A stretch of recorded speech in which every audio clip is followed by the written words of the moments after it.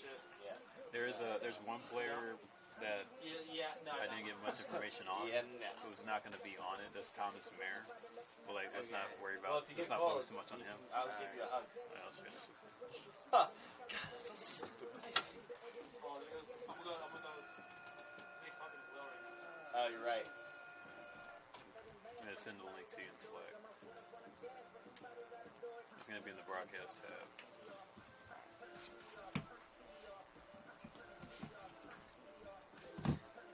Ethan Castle. Yes, sir. Oh, yes. Let's go, Yeah, sir. What What are you doing out here? What's going on, guys? Hey, yeah. Hey, good to see you again. Yeah. Let's get this thing set up. Let's see. Do we have a lineup card? Yes, sir. I got you. All right, Smith, you want to hop on Ox? Just hoping to get at least one written. You want it, Ethan? Take it. Yeah. Yeah, take the Axe. Do you want this one? Oh, no, if you guys want to run the No, music. I don't want to run the music, to be honest with you. What? I do not have the hookup for this one. You know what, though? I have an old iPod, and that goes straight into the office. So I can run that. Okay, You know that who's works. No, for Yeah. Eisenhower. Ben Eisenhower. Do you have this one? Whichever one you prefer. No, I actually just have like an old iPod, so I can just plug it Great. straight into the office.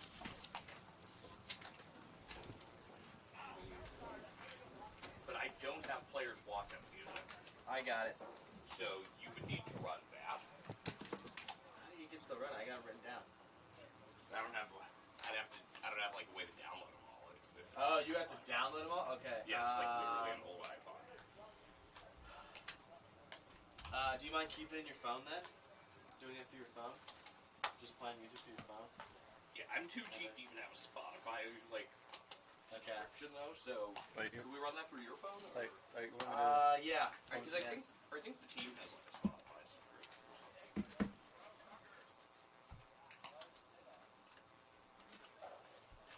Now what I need though is today's lineup card. If we have a physical one, ideally. oh, we got one, we have this the is one visit. for the road season. Awesome. Then I will. Once you guys are set up, I'll take that and then I'll write home on the other side. Oh, did you get the link? Yeah. Yeah. I got it. There's the old iPod. Okay. Hit me. Yep. 4 a.m. Bay Bridge music by Andre Nicotina. 4 a.m. Can you start at 5 seconds? 4 a.m. Bay Bridge. Music's in the title? Yeah. Okay. By Careful with it though. By who? You don't know who Andre Nicotina is? Andre. He's pretty well known. Where are you from, Sheldon? You're from around here? Yeah. Me? Cupertino. Yeah, that sounds fine. I'm gonna lock in. Nicotino. What time? Start at 5 seconds. 5 Thank you. seconds.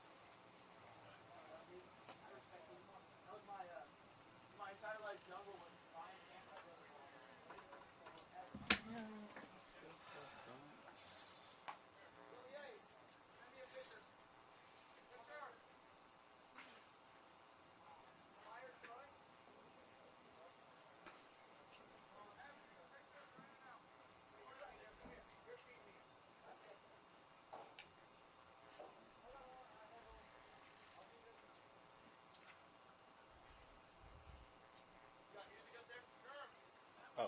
Yeah, we're gonna put it back on. You want me to? I got it. Okay. I want John Party Starlight. That's what I want right now. Okay. Back in black.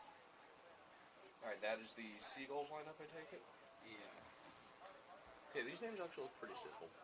Oh, I think I can pronounce all these without having to even check. These are all easy. Yeah.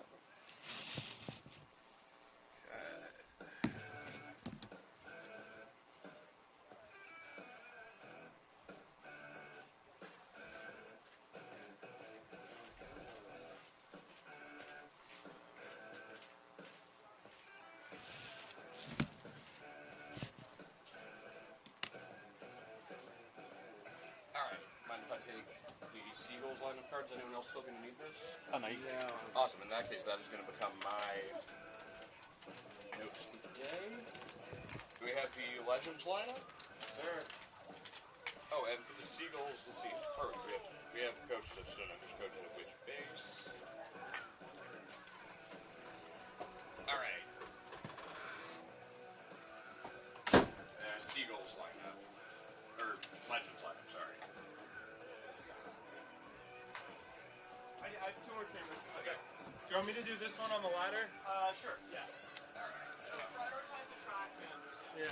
There, you wouldn't read the team that'd be better. No, it's okay. Tucker. That's short. Field. Shortstop. Who's that bad was that guy? Charlie Degler. D-E-G-G-E-L-L. Who's pronounced Degler. Degler, correct, Bob? Yeah, Degler. Center field, and then James Bowes, third base. Yep. Could I get a picture of their lineup? Sorry. Yeah, one sec here. Flip that around for you. Thank you. All right, who's fourth? Will Robbins, number 24. Is he catching? He's DHing. Yeah. Will Robbins. And then Will Anderson, number 25, is playing first base. First base.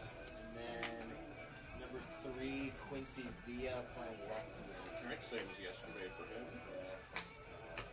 And then new catcher in the squad, number 5, Blake Cowens. Is it pronounced Cowan? I think it's Cohen's. It's Cohen's, yeah. It's Cohen's. Another team pronounced it Cowens, and now people make fun of him. Yeah, he's catching. Cowan's is Number 5. catching. And batting 7. And then Deuce Filter. 34, Deuce Filters. I think he's wearing 20 today. Okay. Wait, yeah, Playing second he's base. wearing 20. And then in the right field, number 32, Isaiah Landry. And he's new. Correct. And then who's pitching? On the bump is number 26, Joseph Lee. 26, Joseph Lee. And then manager Nick Sinzeri. Yep. Third base coach, Lucas Townsend. Townsend. Yeah, Townsend. Third base, Lucas Townsend. And first base? First base is Stephen here. I don't know. Their first base coach is usually. I can go down and check if I need this stuff. But it should be Steph Baldo? Yeah. Usually Wi-Fi it is terrible. Sorry? Usually it is, but I'm not. Alright, I'll go check. And I'll check with them. But all of their names seem really easy and straightforward. Yeah. Jake Rubenko, Miles Callinger. That's the one I just checked on. Miles Callinger, I don't know. Ethan Johnson, Tate Lewis, Jackson Landry, Thomas Meyer, Jalen Hodges, Ben Eisenhower. Most of the ones on their bench are really easy too. That's good. There's only 5 games across the league tonight. Light night tonight. How many teams are in the league total? There are 1, 2, 3, 4, 5, 6, 7, 8, 9, 10, 11, 12, 14. Gotcha. 14 teams in the league. Yep. Sorry. You're good. I'll be right back. Is there Wi-Fi? Yeah, it sucks, but yes. Yeah, nothing. The only one that should be free. I'm trying to post this stuff on my Twitter and none of it's sending. Yeah, it's slow.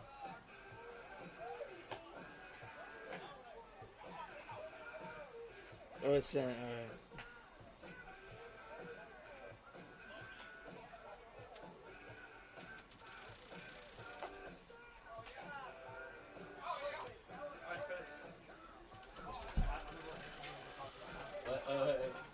Oh, so is Nick talked to him? Okay, go get him. Hey.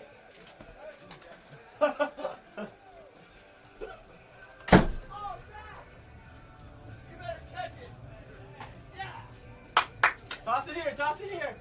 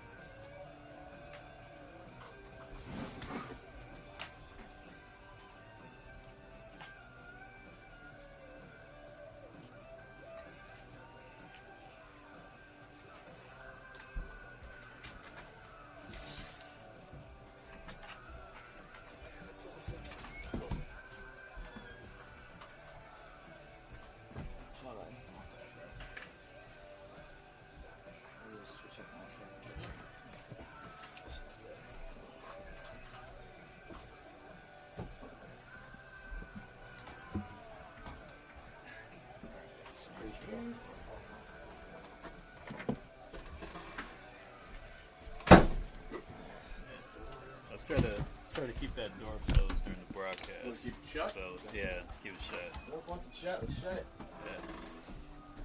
Yeah. Wind's gonna be pushing tonight, so we gotta, What time is that? 4:50. All right, 4:53. I'll do lineups. Can I use a computer charger for a second? That's not a charger. That's his hard drive. My bad.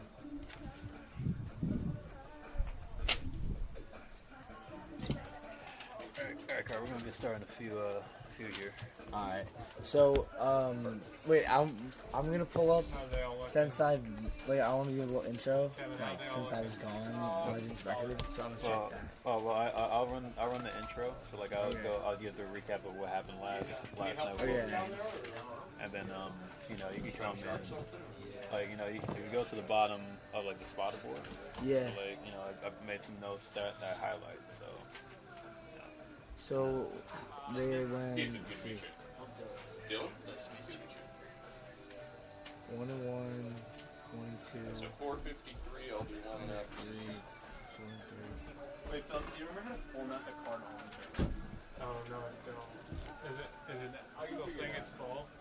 No. 3. So alright, Legends are 4 and 6. 5 and 6. Oh. It's not 5 and 6, big. yeah, they're missed. The Blues Is it only on that one? Yeah, only this one. Do you want me to look it up? 5 and 6. Yeah. Okay. So I'm gonna do this recap here from last night. Alright. And like also talk about the Seagulls as well. And then like last time, are gonna be a lot of like Carter, like what are you looking for in this game? Like, Yeah, I'm gonna actually and then what's a good law like something I can say? pull up that what shit. do you mean? Is there any? Is it a really good pitch on the mound for? So this team's like on the rough end, like they're they're starting to Ben Eisenhower. Yeah. I don't see the stats. I just pulled up the stats here, so It's in this that's definitely like on right? point sheet. Okay. Yeah, this utility, then like race Take it this. easy. Alright. So I'm pulled the Seagulls here. All right. So their record's 2 and 2. Damn. Alright, so they're like their last place in the division. So they're again, like I said, they're on the rough side. This isn't the They're 500 pitching. TV, no? So Correct. So it's going to be Eisenhower today. Oh, right, yeah, I remember I saw that. And then this is We'll also come up here. So Yeah. Eisenhower is For right here. CRA earned runs, 7 earned runs, He's and got 11. He's got 11 12 years. alright. So when you throw me the lob, I'll say the Legends have been hitting well all summer, and Eisenhower started a little bit. I expect a high-scoring game. If the Legends pitching staff can execute with runners on, they should be able to That one always works. roll through this one with relative ease. Yeah, that's a good breakdown. So, because he's Yeah. 3 stars, 4 games. And like I'll pull up our guys here, The second coming is top up. make it easier. But I'm gonna flip through this a lot, so don't like rely on Yeah, no trying to worries. keep the stats up. So, because we're gonna be flying through. I expect this to be a quick game, so like we're gonna be flying through here. Why? Just because. Like, the Okay, team's good. bad. The team's bad. Alright.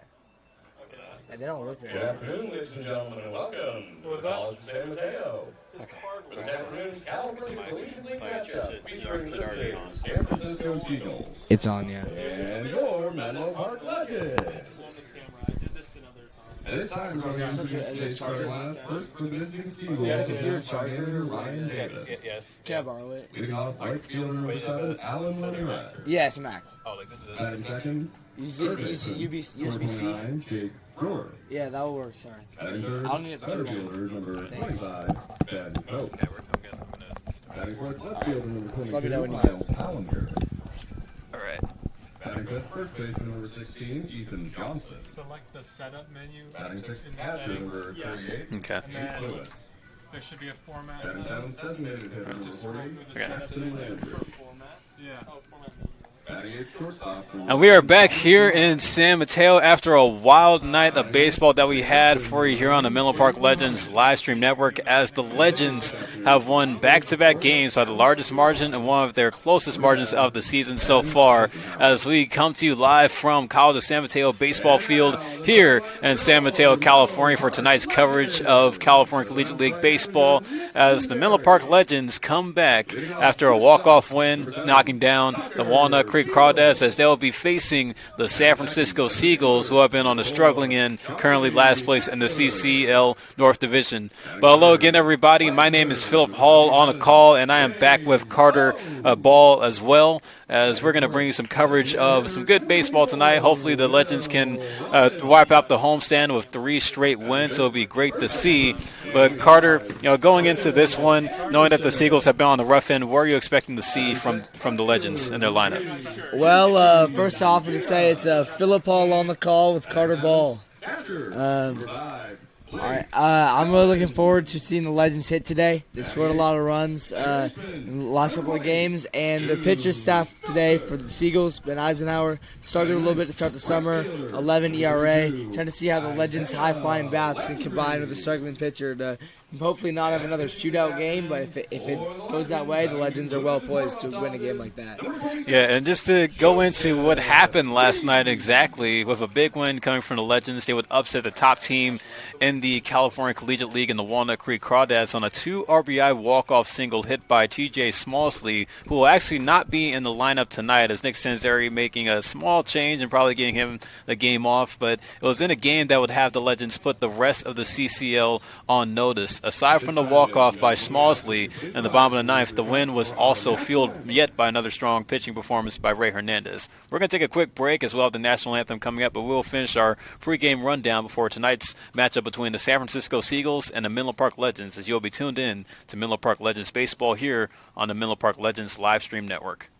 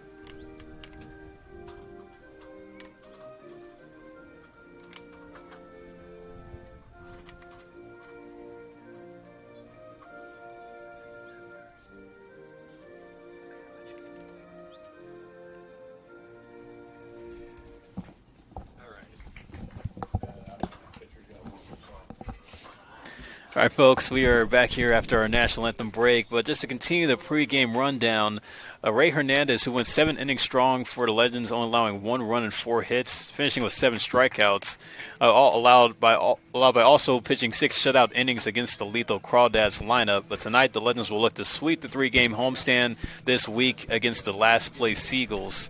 But on the other side, for the Seagulls, they actually were able to pick up a win last night against the Alameda Merchants, as they are currently 1-9 in their last 10, struggling out the gate in the first half month of the season, being the last place team in the CCL North Division. But with the win over the Merchants, who were shut out by the Legends 13-0, they're going to look to try to get the bats hot against the Legends lineup, but they'll have a tall task in front of them, as getting the nod is Joseph Lee. Carter, tell us a little bit about Joseph Lee and what do you expect of him out of the start for tonight? I'm expecting a lot out of Joseph Lee.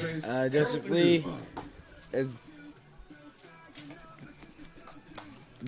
has been throwing great all year out of Texas, same hometown as a pitching greatness. Nolan Ryan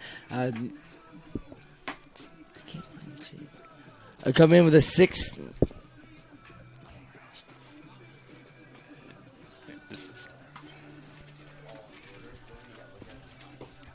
Coming with a 6.7 ERA out of Samford University, San Jose native. 6.75 ERA on the year. 1-1 record. See if he can get a little deep in the game today. Average of 5 innings pitched on the year. Only 5 innings pitched on the year so far. See if he can add to that. And only second start of the summer, so let's see if he can keep the run total down for the Legends.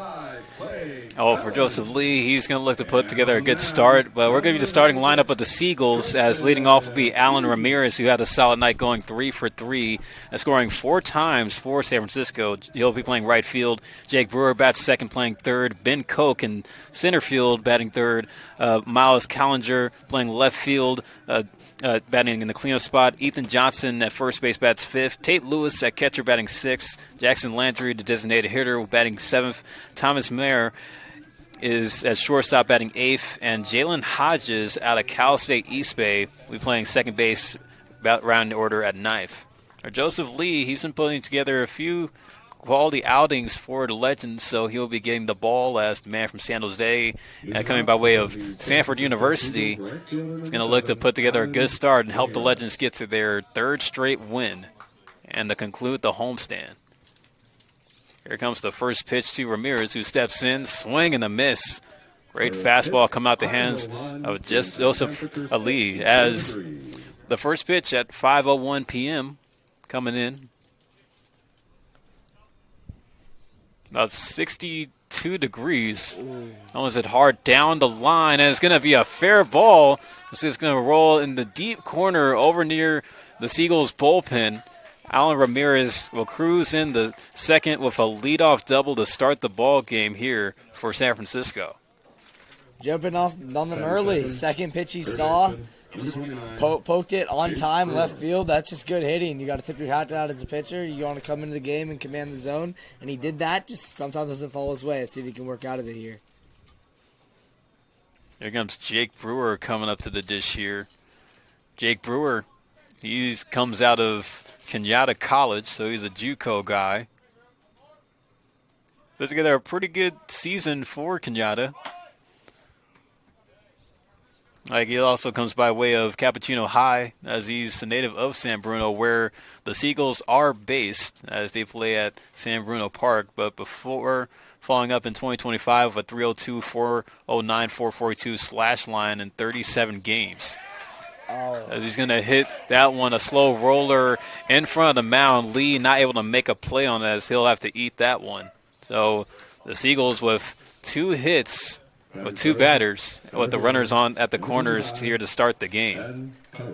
And that's just frustrating for Leo. You got a barrel hit, and you obviously don't want that, and then one of those like perfectly placed bunts. There's nothing you can do about that as a pitcher. That's got to be frustrating, but need him to bounce back right here against a 3-hole. Oh, Ben Koch, the 3-hitter, going to come up here. Incoming sophomore out of Buller, Texas, going to Louisiana Monroe. Few Louisiana Monroe guys on the squad. There's a first pitch strike coming out the hands of Joseph Lee.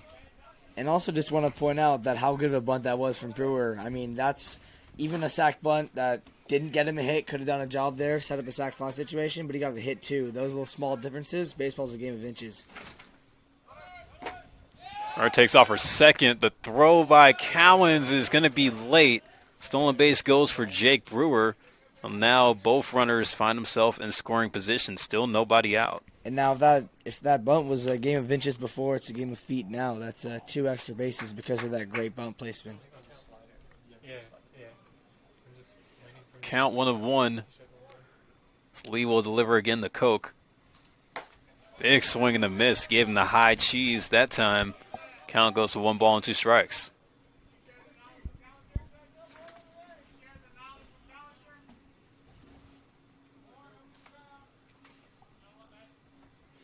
Lee can get a strikeout here. Rise continuing to hold. Hardly any movement on the base pass. That one misses low in the dirt for ball 2. Here the Seagulls would love to jump on the Legends early on, as the Legends have been keeping the bats hot these past couple of games, having some solid first inning performances, both on the defense and the pitching side as well as at the plate. They had a first run inning against the Merchants on Tuesday, then scored early on against the Crawdads. 2-2 fouled off, and it looked like it went off the foot of Koch. It will stand live and get another life here at the plate. And this is another one of those big moments, 2-2, where a ball in play does a job for the Seagulls. You want to run, you don't want to put a goose egg up with no outs. A sac fly does it, even a ground out does it. So we need to stay short to the ball right here, and that's a big pitch. A strikeout would be huge for Leah. And Koch, coming from Bullard, Texas, product of Bullard High School, a pretty good standout player as he had 16 stolen bases during his senior season. Also slashed 327, fouled 3, and 981. As Lee's going to get him on strike 3. Good pitch from him, and there's one away. That's huge for Leah. That's absolutely huge. Takes away kind of the situational hitting ability now because less does the job. And when Koch was up, it was just a fly ball, ground ball, ball and play does it. And now you need a little bit more. Give you the defensive assignment for the Legends tonight. Blake Cohen's behind the dish at catcher. Will Anderson at first. Deuce Filter at second. James Bose playing third. Tucker Beal in short.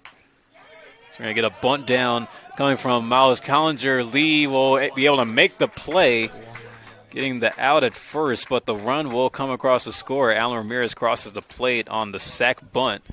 The Seagulls able to draw first blood here in the first inning, making it 1-0. First baseman, number 16. And there's, again, just two things I want to point out on that one. First, from the offensive side, another great situational bunt to bring a run in. He needed to get it down. Runners were in motion, and he did it. And the second is what a pick by Will Anderson. If he doesn't pick that ball with first and third one out, it's a whole lot different than what we have now. Ethan Johnson, the fifth hitter, coming up. And he sees a strike just hitting the outside corner from Lee. Finish out the defensive assignment rotation for you. Quincy Villa is playing left field. Charlie Deckler in center field, and Isaiah Landry is in right field.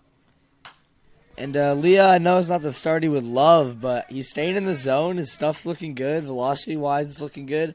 This is one of those where I think he can bounce back if he settles into the game because his stuff's looking good. He's commanding the zone. He's just getting hit a little bit. Oh, 2 out here. The middle infield is playing back. You have both Beal and Filter both playing at the far edge of the outfield grass. But Joseph Lee's not going to have to worry about that. He gets Ethan Johnson chasing for strike 3 to retire the side.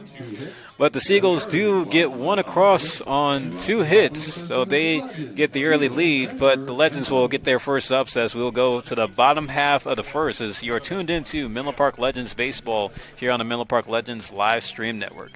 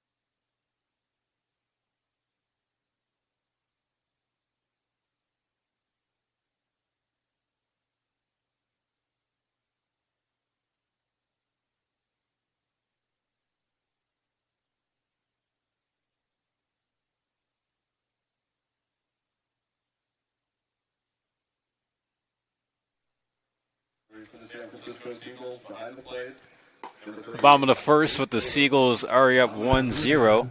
As we'll give you the lineup for the Legends. Leading off is Tucker Beal at short today. Charlie Deckler in the lineup, batting second as he was the winning run to come across the score on the walk-off last night. James Bowles batting third. Will Robbins in the cleanup spot being a DH. Will Anderson at first base bats fifth. Quincy Villa in the sixth hole. Blake Cohen's at seventh. Deuce Filter batting eighth, and Isaiah Landry rounds out the order in the ninth spot. The Legends are going to see Ben Hauser, who's going to get the start on the afternoon as Tucker Beal takes the first pitch from him, hitting out the left center field. He's going to make the turn at first, trying to stretch into a double. The throw in will be cut off, and Tucker Beal will get in there standing up, doing a little dance, and getting the arms loose here with a leadoff double here in the bottom of the first. Oh, if you're Tucker Beal, you get to do your little dancey dance because he took the first pitch he saw, again another kind of get me over pitch, and just deposited it into the gap. That's going to be a spark plug, and if we get some situational hitting here, there's no reason they can't turn into a run. Going to run down on Ben Eisenhower. He's an incoming redshirt senior at Cal State East Bay, coming from San Jose, where he went to Lee High School down there. Now Charlie Degler is going to step in. He looks at the first pitch strike. He did defensive assignment for the Seagulls. Tate Lewis behind the plate at catcher. Ethan Johnson at first. Jalen Hodges at second. Jake Brewer at third. You also have Thomas Marr at shortstop. Miles Collinger in left field. Ben Koch center field. And Alan Ramirez playing right. Tucker Beal taking off for third. The throw in is in time. Tucker Beal gets gunned down by Tate Lewis behind home plate on the stolen base attempt. So there goes the possible tying run off the bags for the Legends. I don't like that, Philip. I don't like that. Runner on second, no outs. All you need is a ground ball to pull side, which is pretty easy to do for a 2-hole hitter. And you set yourself up for a sac fly situation with your hottest hitter up on deck. That's perplexing to me why you would run there. They're going to look at a pitch that runs high and in for ball 2. And you're right there, Carter. I mean, a little bit too early to be making decisions like that, especially knowing that you have plenty of time and plenty of opportunities to get the runs across. Degler is going to roll over on a grounder to the first. Johnson picking up, taking to the bag himself. Out number 2. And that's another example of why that decision to try to take that extra base hurts, because if you have that same little roll over to the first baseman that you just had, and you don't steal that base, you have a runner on third with 1 out and your best hitter up, all he needs is a sac fly. But now did that, and that little rollover turned into an unproductive out, which is what you don't want.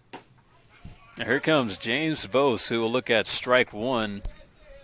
Bose continues to be one of the hottest hitters in the CCL. He came through with 2 RBIs with a double last night in the 4th inning. He's going to hit that one hard past the diving shortstop as Amar couldn't grasp it. So James Bose will keep the inning alive with a 2-out single. It's another good piece of hitting from Bose. Designated hitter, number 24, Will Robbins. Now James Bose has been pretty good in the lineup for the Legends so far all summer. And as we've mentioned before, he currently is in the transfer portal getting a few looks. We had some scouts or recruiters from colleges in the stands yesterday. We have one from Rice and one from University of San Francisco. So it would be curious to know where James Bose is going to be landing when he does make the decision. But here comes Will Robbins, designated hitter at the plate. Will Robbins had a 2-for-4 evening with an RBI double in yesterday's game. Robbins is one of the youngest guys on the team. He's a 2024 high school graduate. He's at Princeton. It's a bit windy here in San Mateo this evening. Could play a factor for the way that the ball flies. Of course, on some days when the wind is pushing this way, usually it helps the ball kind of carry a little bit more up in the air. So we could get some balls hitting the wind tunnel. Could see a few bombs getting out of here. 2-1 missed just outside, so the count goes to 3-1 for Robbins.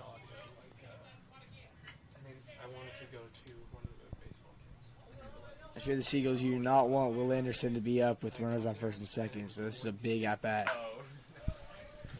Robbins found that one off over to the left side. Oh, yeah, and Will Anderson is waiting on deck. Will Anderson had an interesting night where he came in and pitched in relief, some late-game heroics, pitching 2 innings in relief, striking out 2 and only giving up 1 run, but kept the game close for the Legends to win it in the bottom of the 9th. Payoff pitch is hit out to right, and on the dive for it out there is Ramirez to rob a base hit from Will Robbins to end the inning. And I'll just say I don't know how necessary that dive really was. The Legends leave a runner on, able to get 2 hits, but nothing across that inning as we'll go to the top half of the second. Still 1-0 Seagulls.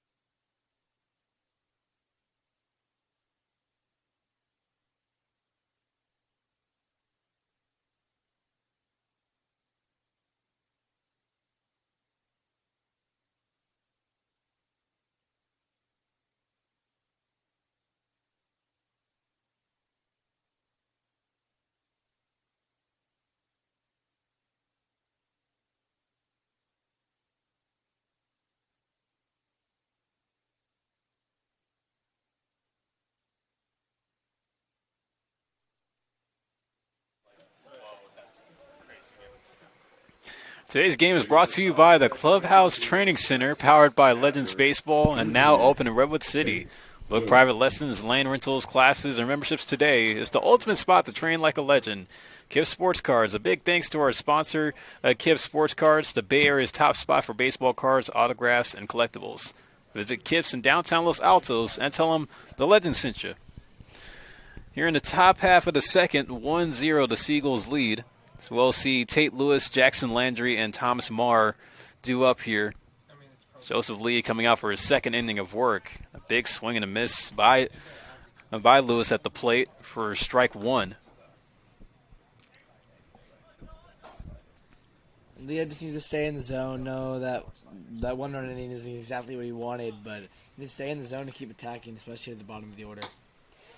And Lee missing outside. That pitch count goes to 2-1. And that's one of those underrated moments in baseball is the 1-1 count.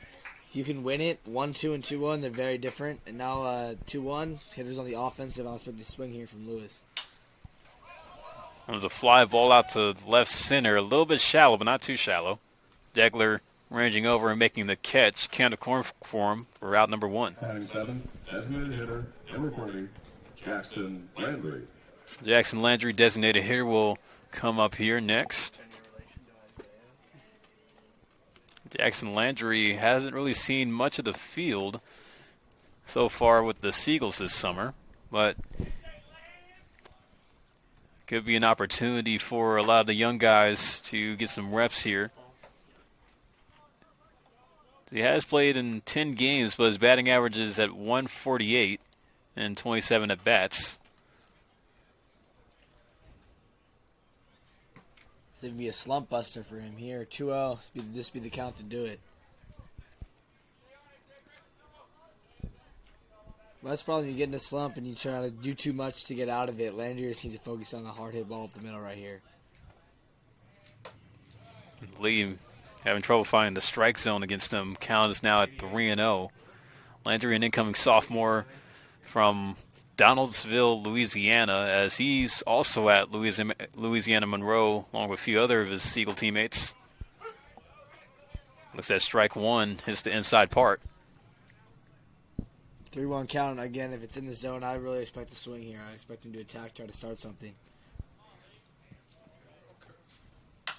A 3-1 popped up on the infield. Tucker Beal calling everybody off, having a run over to the left side and makes an incredible catch. And he held on to it, losing the hat. But it's a great opportunity to see that flow that he's rocking and always does rock as he makes an incredible play for the second out. That's poor communication, but I don't think Coach Tanziri is going to care too much because that was just an incredible play from the Akron committed shortstop. Again, with this being a turf field, the fall, especially on a diving play like the one Tucker Beal just made, he does get a little bit rocked, so it took him a minute to kind of recuperate because it's like you're playing on carpet in the living room, so really no like dirt to kind of soften the blow or any grass to soften on the landing. There's a ground ball over to James Bowles. Throws high. I'm very familiar with, especially with the time that I've had working at Cal State East Bay. Hodges coming from Sacramento. He's a product of McClatchy High School. Hodges has been a linchpin in the Cal State East Bay infield and looks to carry that momentum into a productive summer with the Seagulls. In 2025, he started 46 of 47 games as a sophomore and batted .339 and drove in 34 RBIs. He's got the advantage on 2-0 right here. It's another big aggressive count for the hitter. Leah's got to make sure he hits the spot because he leaves one over the plate. It's going to get swung at.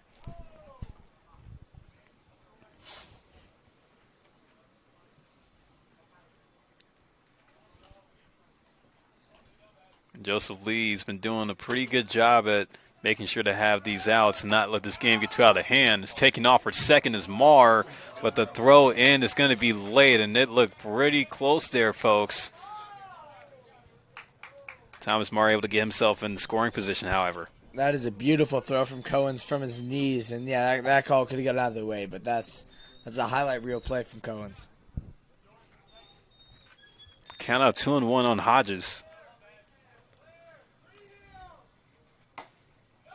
Lee trying to put the fastball in there that time, but misses with the count going 3-1.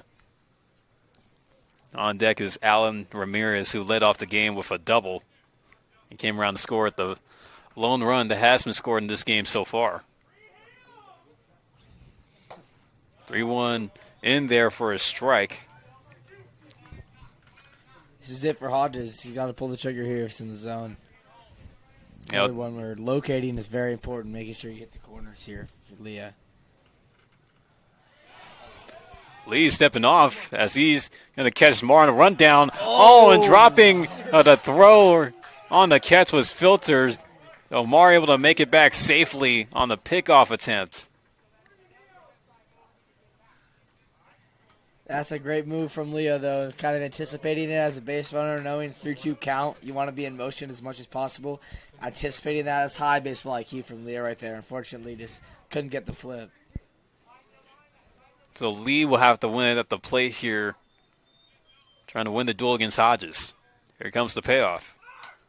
That one's fouled barely. It ran in on Hodges, but he was able to get a piece of it off the bottom part of his bat. You can see top half black, bottom half red. And, yeah, Leah anticipated correctly on that little pickoff because the second he committed to the plate, runner braked immediately for third. Try again with the payoff. Lee making another move, but decides to step off.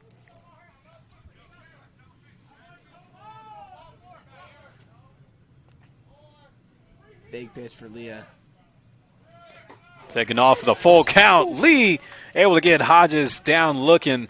And that's going to retire the side, and a great pitch come out in the hands of Joseph Lee and keeping the Seagulls off the board in the top half of the second. We'll move to the bottom half.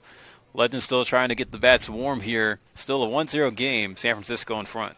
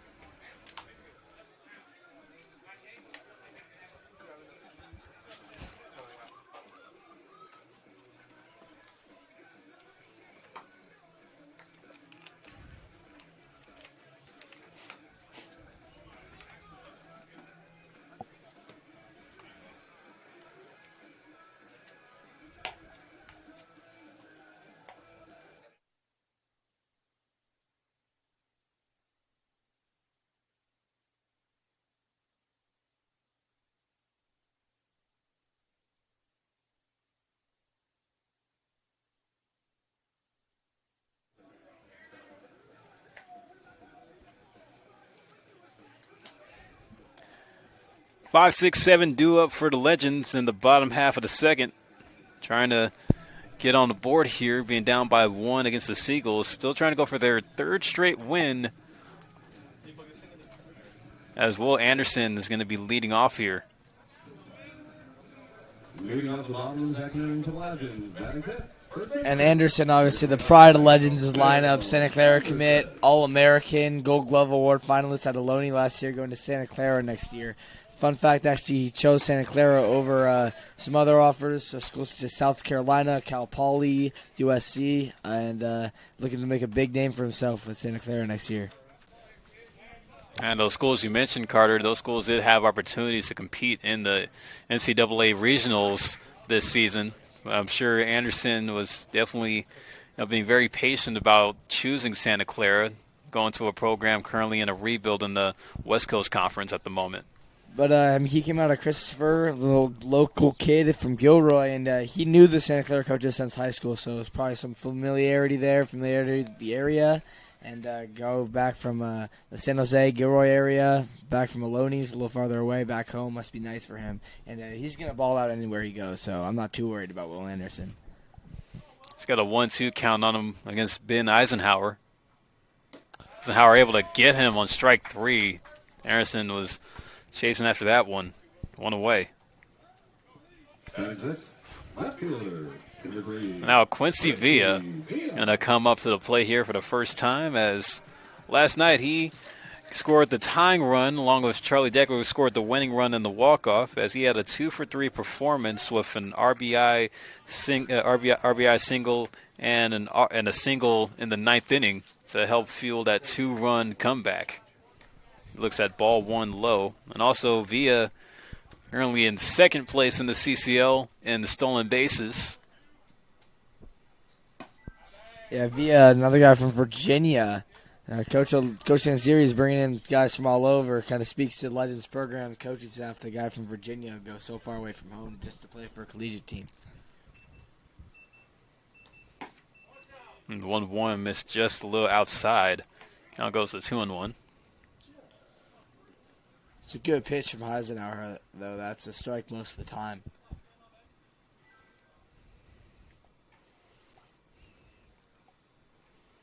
Eisenhower with the 2-1. I had some break on it, a lot of break, I should say. As it just swooped in, was able to nick the middle corner, strike 2. So 2-2 on Villa. From the left side, there's not much you can do about that as a righty, Villa. He's looking all the way outside for ball 3. Now the count runs full. All we got is Blake Cohen's waiting on deck. Be dangerous to get Villa on the base paths, however. Swings at the payoff, rolls it down the third baseline. Brewer deep in the hole, but not getting the throw on the scoop at first is Johnson. So Quincy Villa will get on via the the E3. So looks like that error is going to be booked on the first baseman, possibly. And I mean, I spoke about it earlier for Will Anderson, the game of inches, and that's another game of inches moment where if you make that scoop at first base, 2 outs, on track for 1-2-3 inning, but now you have speed on the base paths, good hitter up. A lot of opportunities for the Legends to score here. You don't like that if you're the Seagulls, and you're just an inch away from not having to deal with it. There comes Blake Cohen, who's playing catcher today, giving Will Robbins and Ryan Cartwright the day off. Will Robbins still in the lineup at DH, but doesn't have to focus on catching duties. Villa taken off, and Lewis not even going to try to test the arms and snap Villa, because that's just how quick Villa has been, just displaying that speed. As we mentioned before, folks, back at his school, he broke the single season and the program record for stolen bases at Marymount, a D3 school at that. And that's crazy. I just heard from the dugout from the Seagulls, we not going to stop him. And it seems like no catcher can stop Villa. Villa might be thinking about third here. He's dancing in the secondary.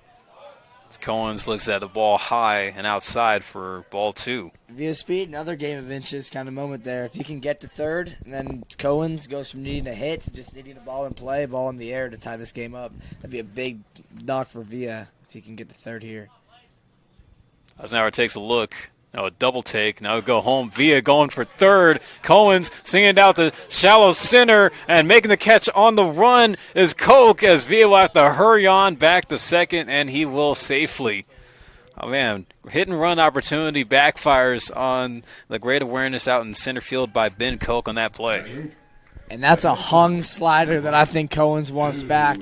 Even with a guy in scoring position, that barrel, that should get him in with or without breaking for third, because that is a hung fastball that Eisenhower really got away with right there. So the runner at second in Villa is going to have to stay put, as Deuce Filter will get his first AB on the night. Whereas Deuce Filter playing in just a handful of games so far for the Legends this summer, as he just joined the team. And Deuce Filter's stance is unusually close up to the plate. He's really crowding it there.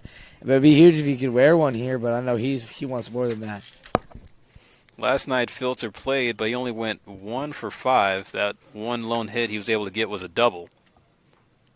All you need is a single right here if you Filter. Eisenhower making a move off the mound. Still checking on Villa, keeping close eye on him. And pitchers beware in the CCL. Villa does have the tendency to wreak havoc on the base paths. 1-0 is going to hit the outside corner for strike one. That's a good pitch. That's right there, tailing out from the left-handed arm as righty. It's just moving away from you. You think it's going to be a ball, and just points right on the corner. That's a great pitch. Filter hitting that one. Is going to drop. And another diving catch made out and right by Ramirez. Oh, my goodness. He is flashing the leather tonight, and he is robbing the Legends of key hits that they definitely need. Deuce Filter gets robbed on a single and possibly a chance to tie the ball game in the bottom half of the second, as the Seagulls continuing to hold the lead at 1-0 going to the third frame here in San Mateo.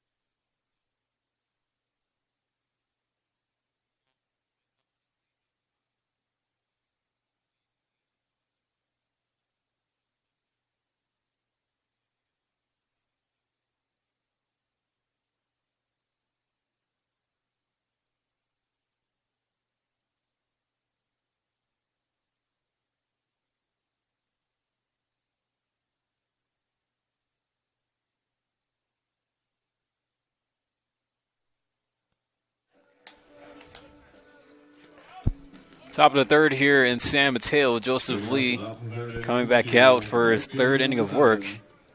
As I'm sure you know this yourself, Carter. Like, usually when you make a nice play in the field, you usually get the first at bat, and that's what Alan Ramirez is going to get as he'll lead off the inning. Yeah, I mean, just save some runs, see if you can create some runs. Got the top of the order. He is the top of the order. Start off with a great double last inning, turned into a run. That's the same format here. Joseph Lee delivering to Ramirez. Breaking pitch missing outside. Looked like it was a slider. First pitch slider coming out the hands of the man from Sanford. And I wonder if that knock from Ramirez to start the game had any influence in that first pitch slider selection. Maybe want to risk it a little more, knowing that he can put it back on a ball. Lee missing again with the 2-0. But Lee needs to keep remaining in the zone. I think he's overthrowing a little bit. Ramirez going to pop it up over on the first base side, foul territory. Anderson with the long run, but he will track it down to make the catch on the pop out.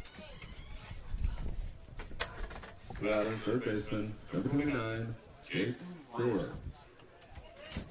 Now Jake Brewer going to step in here. See, he singled back in the first inning. Yeah, Brewer with a great bunt single last inning. Really set up that lone run for the Seagulls. Great bunt for a hit, and let's see if he can get another hit. Maybe not a bunt this time, as Bose is playing extremely in. They were expecting it, but Brewer's going to send out the left. It's going to fall in for a base hit in front of Villa. Oh, Jake Brewer swinging a little bit harder than that at bat, as he gets his second hit on the night. He's now 2 for 2. Rider center fielder, number 25. That's aggressive hitting. That's what you want from your 2-hole guy. Kind of start something for a 3-hole. Wouldn't be surprised to see a little hit and run action. It's showing that Brewer can do a job when needed. See if your 3-hole can come through.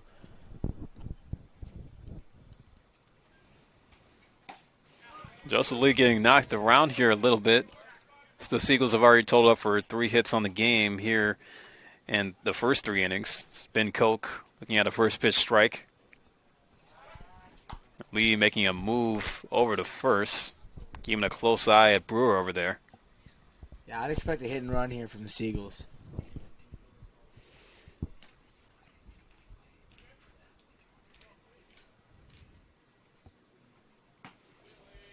Lee missing with a good pitch that time, but just not enough there. I'm going to give you the out-of-town scoreboard report from the CCL tonight on this beautiful Juneteenth. Happy Juneteenth to everybody out there.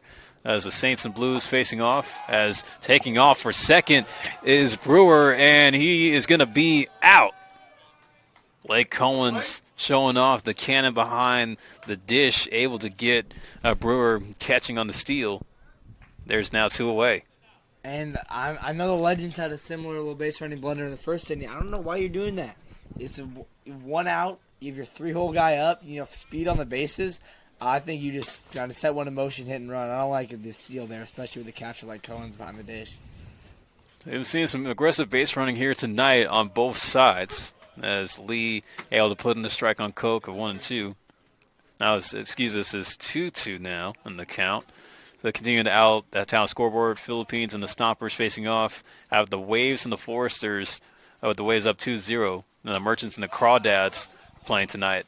That one's popped up on the infield, and Tucker Beal once again having to run in and chase down the pop-ups, and he's been doing an excellent job at that tonight. As that's going to end the inning as the Seagulls have 1 hit, but nobody left on, but couldn't capitalize there. As we'll move to the bottom half of the third, still 1-0 Seagulls in front here on the Menlo Park Legends live stream network.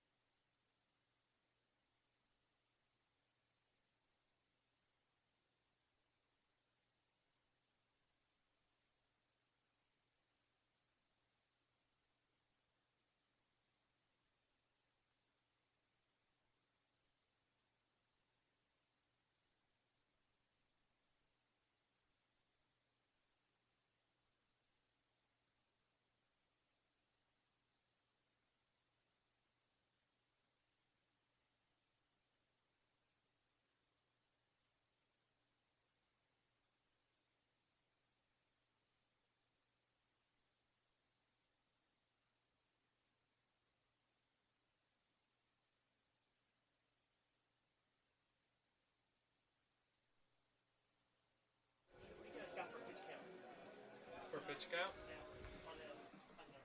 Let me add it up. Sorry. On whose? Eisenhower.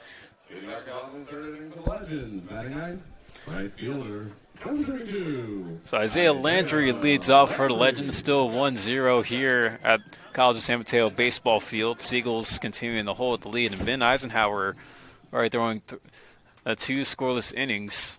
So a bit of a far cry for how the Legends have been swinging the bat in the past few games, where they were able to have productive innings at the plate. But it's not all outs are not the same, and it's not like the Legends are just getting beat. I mean, you got 2 diving plays so far to end innings from Ramirez up there and right for the Seagulls.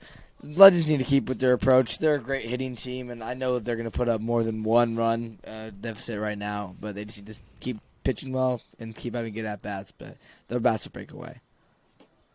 Landry looking at that one, bouncing in the dirt, ball 2.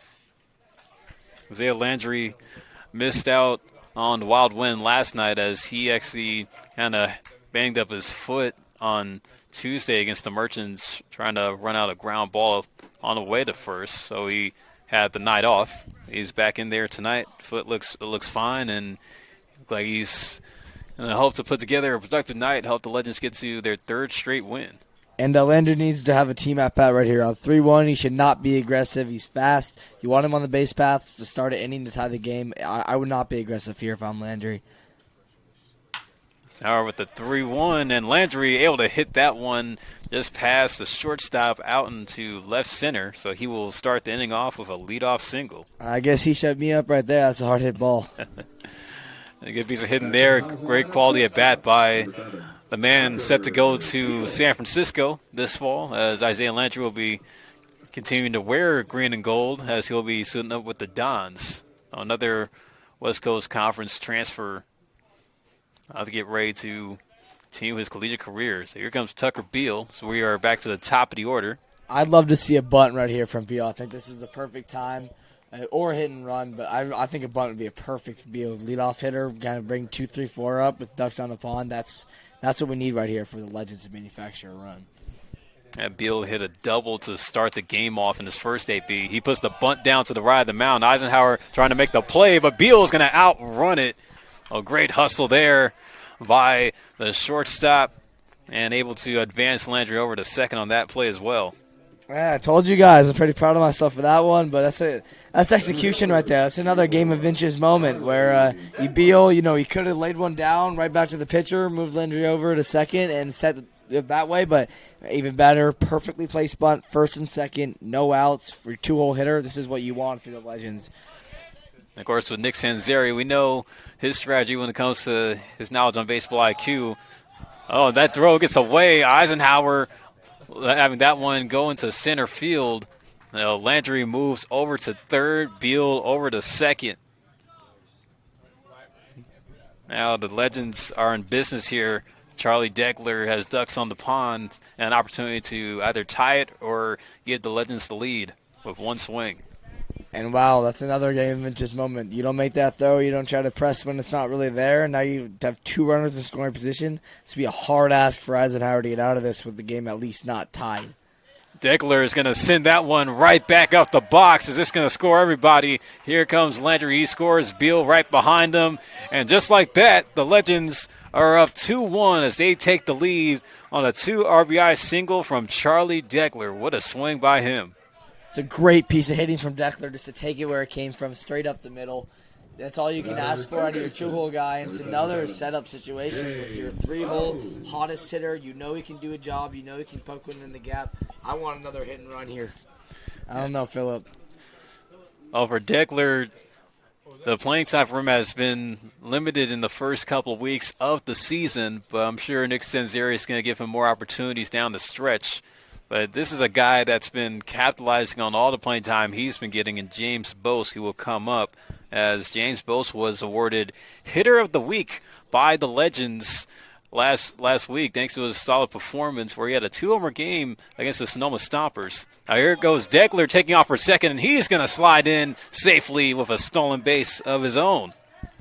Another underrated aspect that I think a lot of these stolen bases has to do with is Eisenhower's heavy off-speed usage. It's a little easier to steal on a 69-mile-an-hour slider than it is a 75, 80-mile-an-hour fastball. And I think it's a lot of pitch recognition from the fielders to know that, for the base runners to know that they have a chance to take it back when they see the ball loop a little bit. And Eisenhower not overpowering these Legends hitters at all, Carter. And James Bose sending that one out to left center, but it's going to stay up for Collinger to make the catch. But tagging and going to third is Degler, and he will slide in safely on the sac fly by Bose. That is aggressive base running. Left center gap at second base, immediately pulling trigger to third base. Kind of surprised the Seagulls outfielder a little bit. I think if he has a faster reaction time there, he's hosed. So maybe a little lucky from Degler, but a great setup for your full-hole guy. All he needs to do, grounder up the middle, fly ball to right field. Doesn't even need to be hit that well, and we got a 2-run lead for the Legends. All he needs is a ball in play. Now, after 3 straight singles, James Bose comes through with the sac fly to leave it up to Will Robbins to make this a 2-run game to add on to the now new lead for the Legends after they put up 2 here on the Seagulls in the bottom of the third. And I know we talked about how hot Bose is, and hey, even his outs are productive. It's going to maybe lower his batting average a little bit, but that's all you can ask for with no outs to move a guy over to third any way you can do it. So that's a great at-bat from Bose and should go in the books as a little more than an out. Robbins fouling off the 1-0 pitch, so the count now goes even. Well, Robbins is a guy that can put together some quality at-bats. He was 2 for 4 last night. He had an RBI of his own in the win, being an RBI double. So the gap power has been on solid display for Will Robbins this season. He even also has a grand slam to his name as well. Yeah, Robbins, a guy out of Princeton. I know I touched on his first at-bat, one of the youngest guys on the team, but he's a winner. Well, Robbins seeing that one out to left field, and looks like it's got some carry, but it's going to die just shy of the warning track. But it will be deep enough for Degler to come up to score on the sac fly. So another quality at bat and another quality run goes in favor for the Legends to now make it 3-1. And that's the difference between the top of the order guys and bottom of the order guys. Obviously, the next level, everyone's a great hitter, but top of the order guys are the guys that the coaches trust, even when they get out, that they're going to do what needs to be done. And again, goes into stat books. For sac fly, obviously it's an RBI, but him and Bose, just really productive flyouts right there. Big difference between a regular flyout and moving a job over like those guys have done. So it's now a 3-1 game for the Legends as they get the lead here. Ben Eisenhower getting knocked around a little bit. There's Anderson swinging, missing at the 0-1 pitch for strike 2.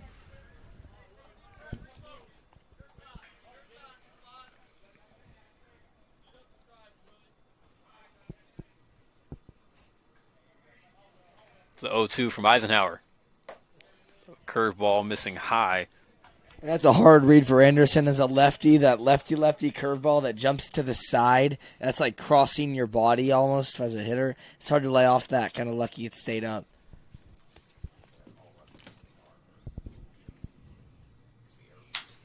Anderson sending the 1-2 out to right center. It's deep, but it's going to be up high enough for Koch to make the play to end the inning.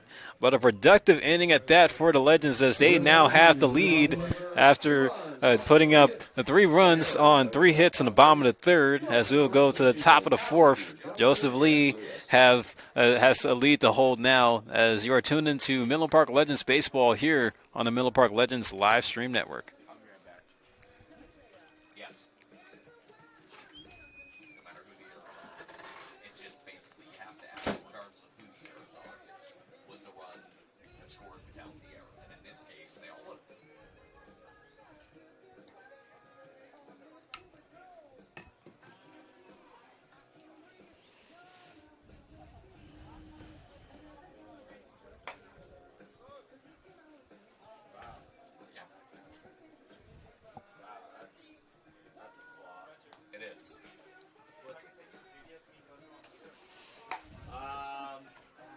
Easier for me after the game because he's using my phone for all dancing, walking, rearranging furniture, Babs is shopping.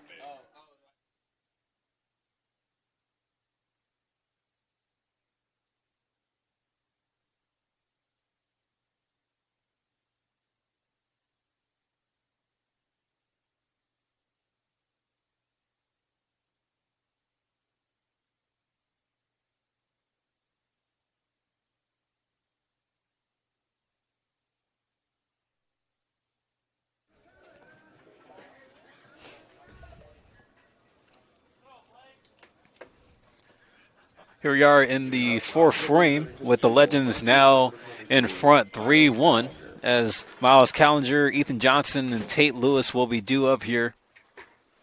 Joseph Lee now has a lead to protect.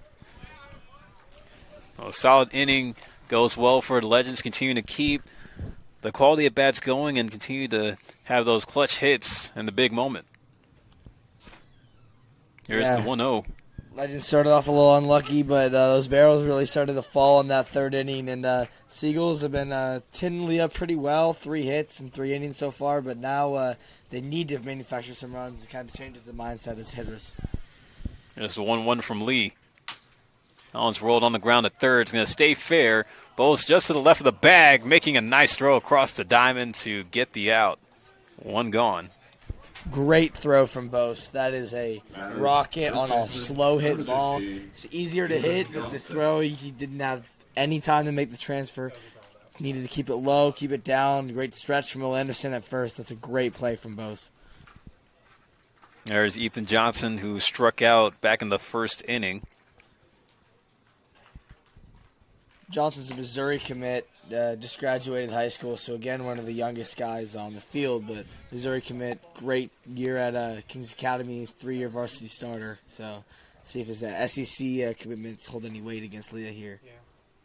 Yeah, Ethan Johnson is set to play in the pretty competitive SEC conference going into next year. And Carter, I'm sure you've been keeping up with the College World Series, especially with the run that LSU had, about to take on Coastal Carolina, an underdog in the championship series this weekend. How do you feel about that? Yeah, I'm rooting for Coastal Carolina, obviously the underdogs. I was rooting for Murray State, Coastal Carolina, rooting for that little comeback from LSU against Arkansas. That was crazy. But yeah, I mean, if you had to ask me who I think's going to win, I think it's going to be LSU. I think there's too much talent and kind of too much luck to get them there for it to run out now. I think they're the good team, disciplined team. So is Coastal Carolina, though.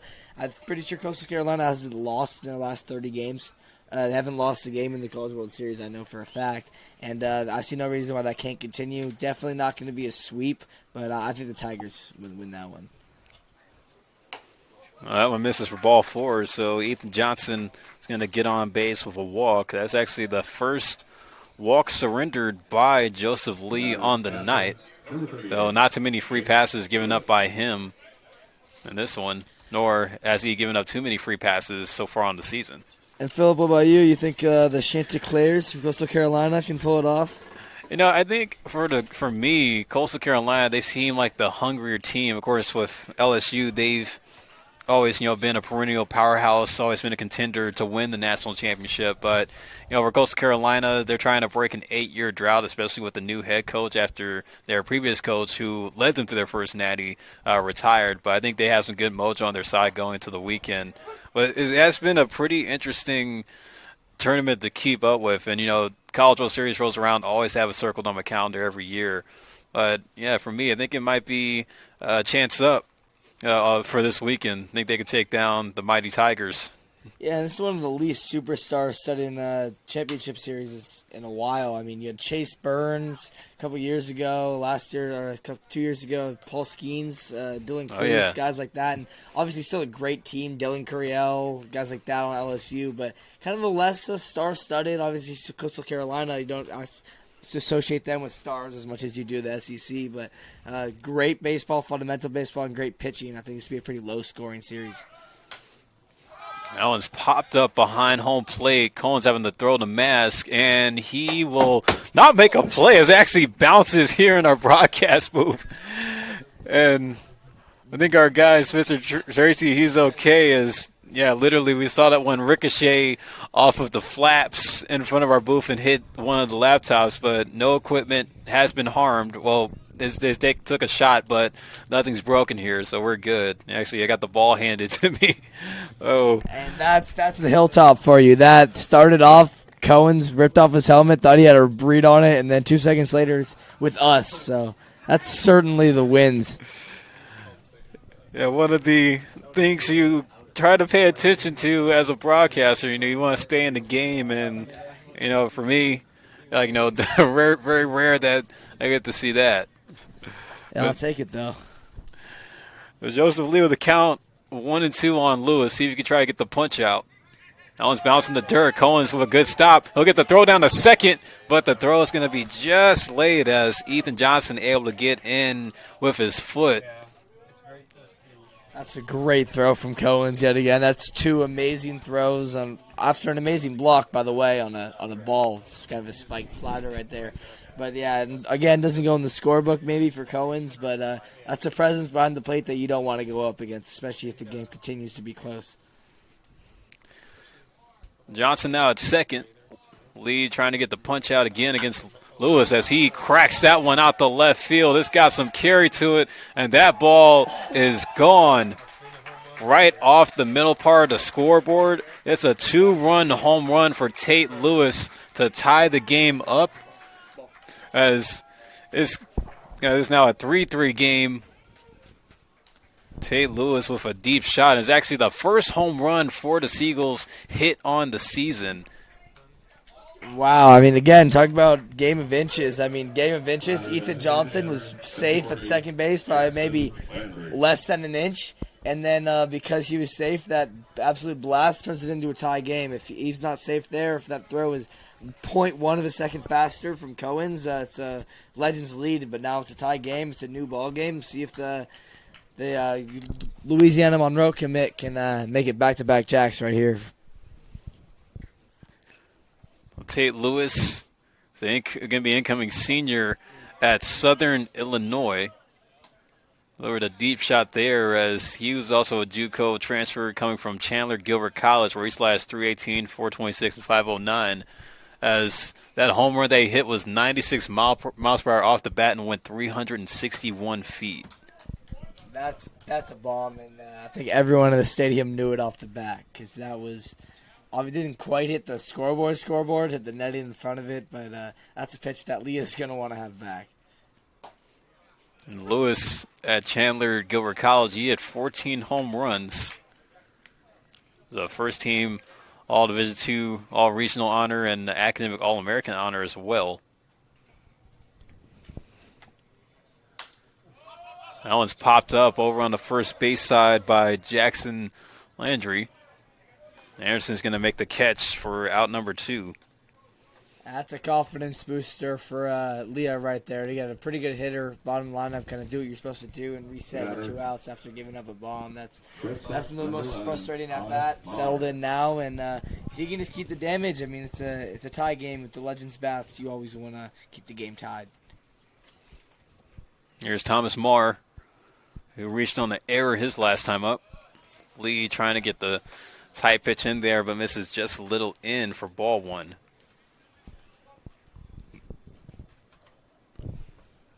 So now the game is tied. It's Tate Lewis hitting the first home run on the season for the Seagulls, as it was a 2-run game-tying homer here in the top half of the 4th. The Seagulls, who came into tonight as the last-place team in the CCL North Division, trying to get a win on the Legends, who are riding high off of back-to-back wins. But you know, we heard around the dugout earlier today, Carr, that this was going to be a trap game coming in. Yeah, I mean, that's what it seems like, but it's not like the Legends are way above or below anybody in the CCL. 5-6 record, obviously better than the Seagulls, but Legends, I mean, again, as we came in knowing that they're going to put up runs, and they've done that so far, 3 runs and 3 tries. You'll take that every day of the week, but it's been the pitching that's kind of been the question mark, and Leah's been pitching well, but another high-scoring game, and in those high-scoring games, anything can happen. So just the nature of being a high-scoring game can make any game a trap game, regardless of the opponent. Well, Leah's a 2-2 count here on Marr, trying to get the strikeout to end the inning. Try to keep this game tied. 2-2 is looped out in the shallow left. Oh my goodness! Another diving catch made by Tucker Beal.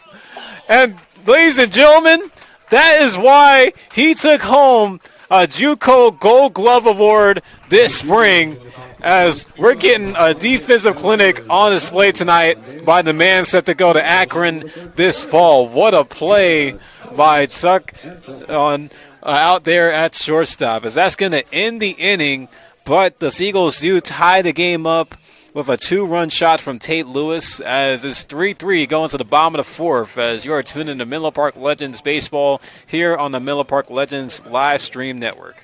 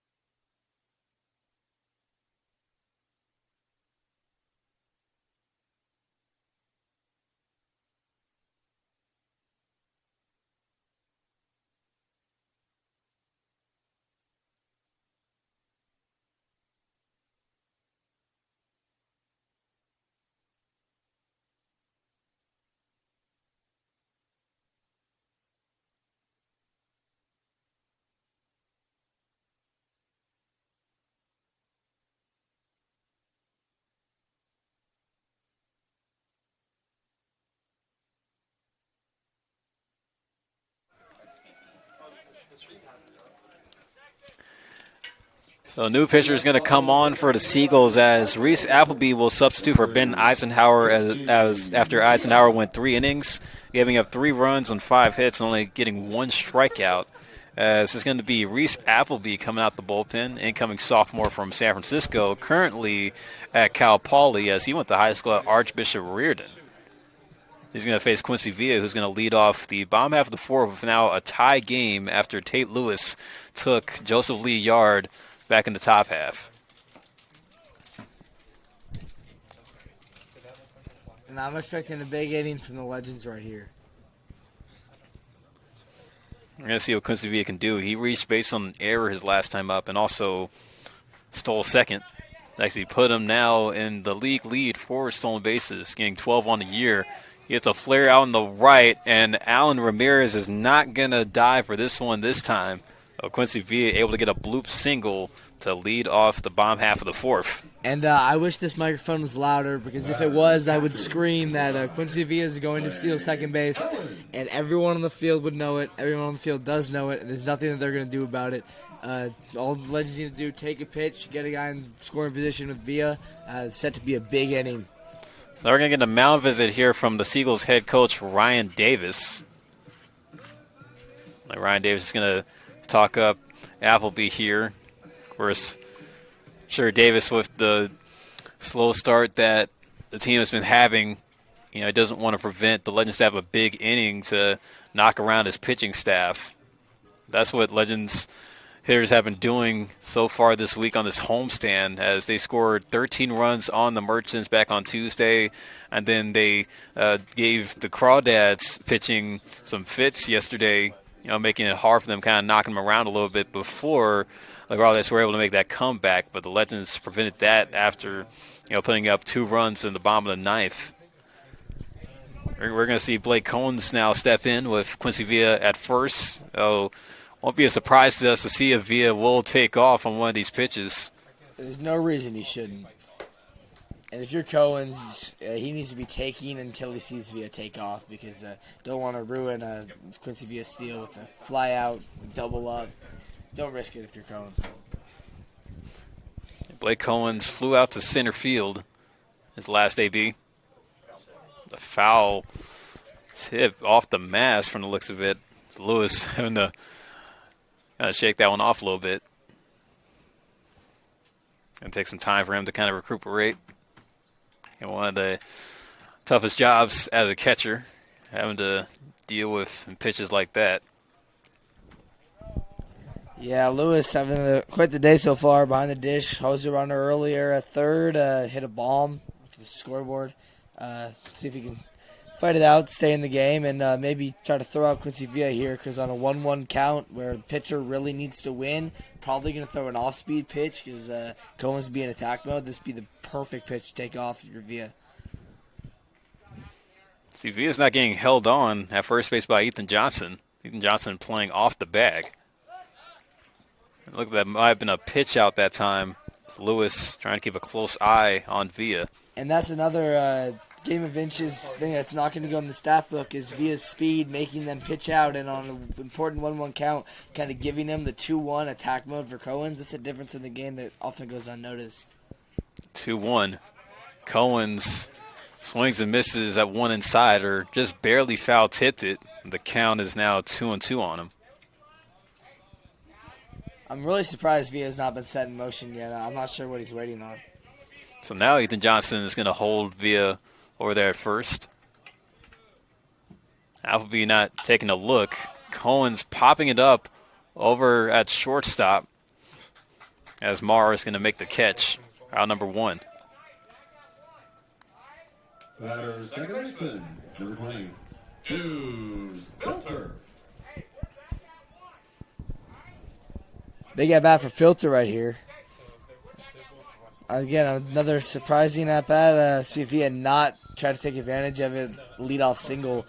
I expect Villa to be in motion again and Deuce Filter, 2-0 guy. I would not be surprised by hit and run. Yeah, Filter coming up after he flew out to right field. His first AB on that pitch gets behind Filter. Villa takes off for second. So it'll be like it might be a stolen base on a wild pitch simultaneously. And so it will be credited a steal. Still on the wild pitch as Filter had to lean a little bit forward as it went right behind him. And that gives Villa the league lead in stolen bases. And now officially, with 2 on the night, it gives him 13 on the season. And Filter hitting that one out to right. It's off the glove with a diving Johnson, but not going to be enough for Villa to try to round third and score.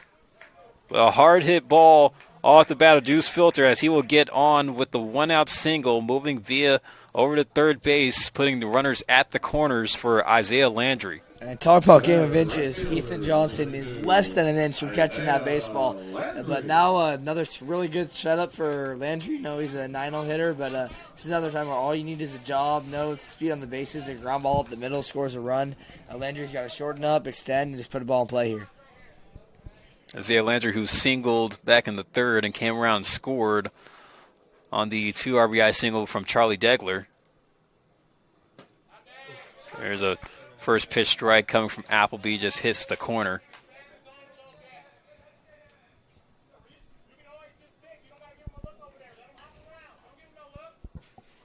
See a lot of communication coming from Ryan Davis, head coach for the Seagulls. Yeah, lots of communication right there, and that's the pressure that a good base running team like the Legends can put on a defense. So Appleby able to put in a strike on Landry, putting the count at 0-2. Landry going to have to protect here with the 2-strike approach. Yeah, it's very important that he puts the ball in play here. Strikeout is detrimental to trying to manufacture a run.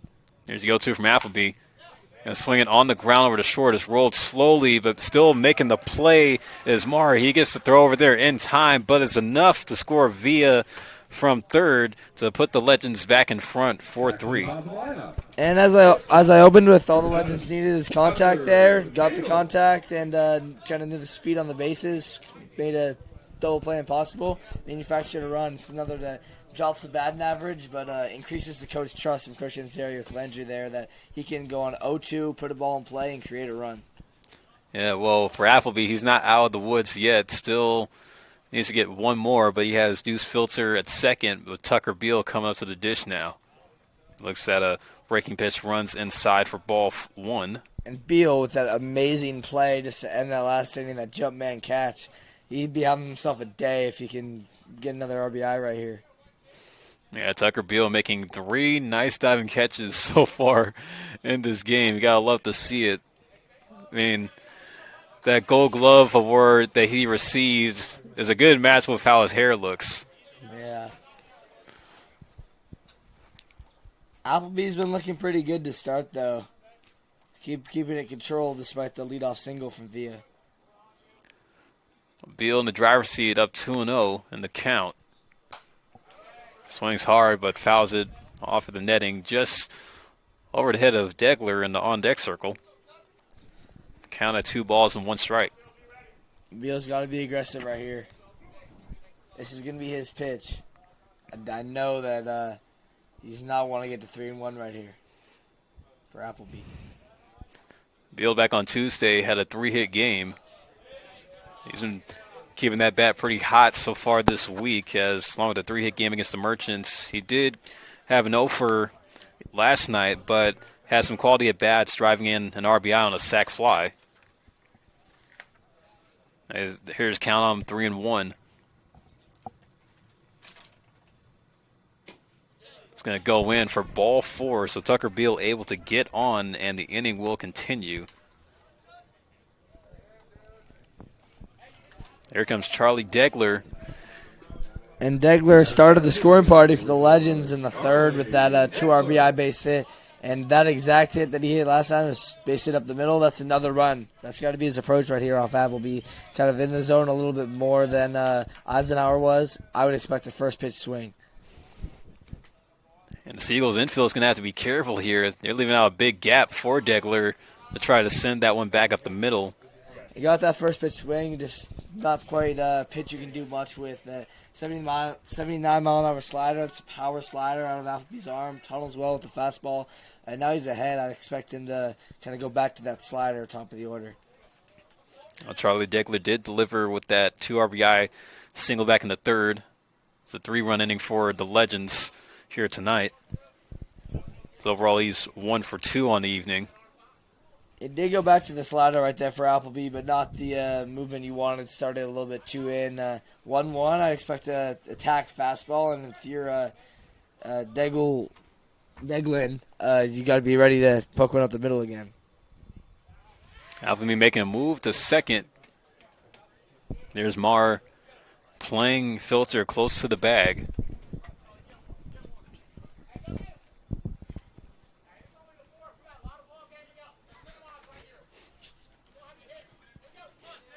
Appleby is set from the stretch. That pitch misses just a little high, right at the chest level of Deckler. And Deckler not a tall guy, so his strike zone kind of shrinks a little bit. And creating a lot of communication from Ryan Davis over there for the Seagulls. Tate Lewis trying to reset Appleby right here, trying to tell him, breathe. You're still 1 pitch away. You got 2 outs. You limited the damage. Trust your stuff. Appleby's trying to start to locate that slider a little less, and I think that's going to be the key to him to get out in this inning. Yeah, Deckler only stands at about 5'8", so that strike zone a little bit smaller. And, you think about here, it's like Jose Altuve where he's 5'6", his strike zone shrinks. And then Mookie Betts, another, lower statured guy, having a small strike zone explains why his hot zone is just off the charts. And Deggler makes himself even shorter in his crouched down, legs bent stance too. So that's a hard image as a pitcher, kind of knowing that that at the knees height that's there for most hitters doesn't really exist for a guy like Deggler. Deckler now has a count on him at 2-2. Big pitch coming up, but Deuce's wild situation. 2 men on, 2 out, 2 strikes, 2 balls. See what Appleby can do with the 2-2 pitch. Here comes the Deckler. He's going to roll over that one, but fouls it off. I think it looked like a guy got his foot that time. And this is a quality at-bat, and one of those at-bats that just frustrates you as a pitcher. I mean, Appleby, he's really executing every pitch he's thrown, and he knows that this is a very important at-bat, especially with James Bose on deck. I know it might be in the back of Appleby's mind that he does not want to let Bose come up with the bases loaded and the chance to make another highlight reel RBI hit for the Legends. 2-2 misses just low for ball 3, so Deckler able to run the count full. So we're going to see who wins the duel here between Appleby and Deckler at the plate. And runners will be in motion, so a hit is amplified here. Again, just up the middle, got to be Deggler's approach, and expect Appleby to be in the zone right here. Appleby's going to set up for the payoff. Here it comes. Runner's taking off, but Deckler going to foul that one off to the left. It's going to go out of play. What a good at-bat. I mean, as a bullpen arm, you know that efficiency isn't the most important thing, so you're not too upset, but Appleby's got to be upset that he's making pitch after pitch after pitch instead of being spat at or just fought off, and eventually the left's going to run out. It's going to be a big out for Appleby to get with James Bose waiting on deck. Payoff once again, and Deckler is sending a fly ball out to left field, shallow, but running in, making the catch is Collinger to end the inning. So 1 run on 2 hits for the Legends as they get the lead back thanks to a reductive out by Isaiah Landry, as we're going to go to the top of the 5th with the Legends up 4-3 here in San Mateo.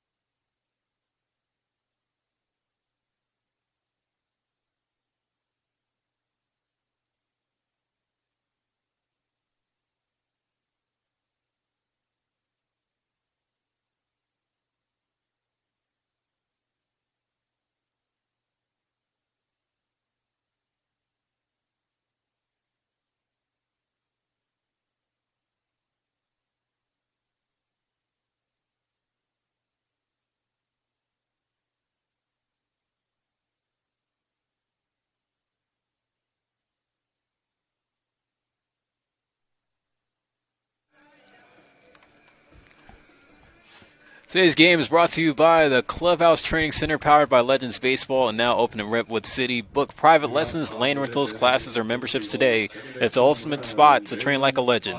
A big thanks to our sponsor, Kips Sports Card, the Bay Area's top spot for baseball cards, autographs, and collectibles. Visit Kips in downtown Los Altos and tell them the legend sent you. Joseph Lee back out there for the top of the fifth, as the first hitter that he will see is Jalen Hodges. Comes back with the second pitch in there for a strike. And Leah coming into the inning with 66 pitches. I know he probably wants to milk 2 more innings out of this start. I think he can do it if he can attack the bottom of the order, stay in the zone. I believe he only has 1 or 2 walks to start the first 4. If he can keep that number down, probably below 2 in that number, he can definitely go 2 more innings, and I know that's probably his goal. Count now 2-1 from Hodges as he gets a good rip there about the left field, but there being perfectly placed is Villa making the catch for out number 1. It's a good barrel from Hodges. Nothing you can be too upset about. Obviously, Leah likes to win the 2-1 right there, too. So, even though it was an out, both the hitter and the pitcher come away feeling good about it. Yeah. I want to follow all things Legends. Check out www.menloparklegends.com for live scores, game schedules, player stats, news, articles, and more. That's menloparklegends.com, your home for everything Legends baseball. Also, to plug our social media, follow us on Instagram, catch all the college action at Legends_collegiate, and get a behind-the-scenes look at our legendary youth camp program at Legends Baseball Camps, all one word. Alan Ramirez swinging and missing through the 0-1 pitch. Count now goes to 0-2. Back to the top of the order for Leah, 0-2. Don't play with your bait right here. Just attack him in the zone, probably a slider, but best pitch right here to put him away. Joseph Lee with the 0-2 pitch. This time goes in the dirt. And he throws that slider, just spikes it a little bit, kind of set up a high fastball right here. That's what I'd love to see. Lee's trying to go for just his 3rd strikeout on the game. This is again.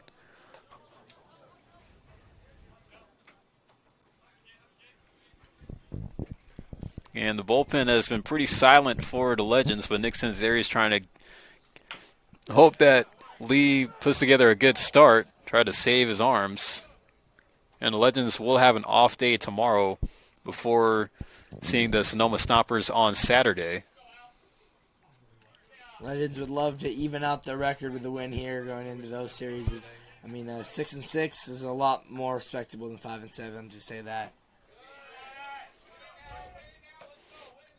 Or as we saw earlier this week, the Legends were picked at number 8 in the CCL power rankings. But with the win last night against the Crawdads, who are the number 1 team, is definitely going to spark up some noise all across the state. As going down looking on strike 3 is Alan Ramirez. So he will walk back to the dugout with the backwards K. So there's the 3rd strikeout given to Lee, and there's 2 gone. And there's no reason the Legends can't kind of be in the same conversations as teams like the Crawdads that they've shown to be one of the top teams in the state. All-American at first base. You got commits, D1 guys, Akron, Santa Clara, even pitching staff, UPenn, guys, UCSB, Princeton. You got talent all over the place. If Legends could just kind of lock the pitching down, I think it'd be a very dangerous team. And the talent continue to be on display. Another put out by Tucker Beal to retire the side. So 3 up, 3 down go the Seagulls in the top half of the 5th. Legends maintain the lead 4-3 as we will go to the bottom half of the 5th as you are tuning to Menlo Park Legends Baseball here on the Menlo Park Legends live stream network.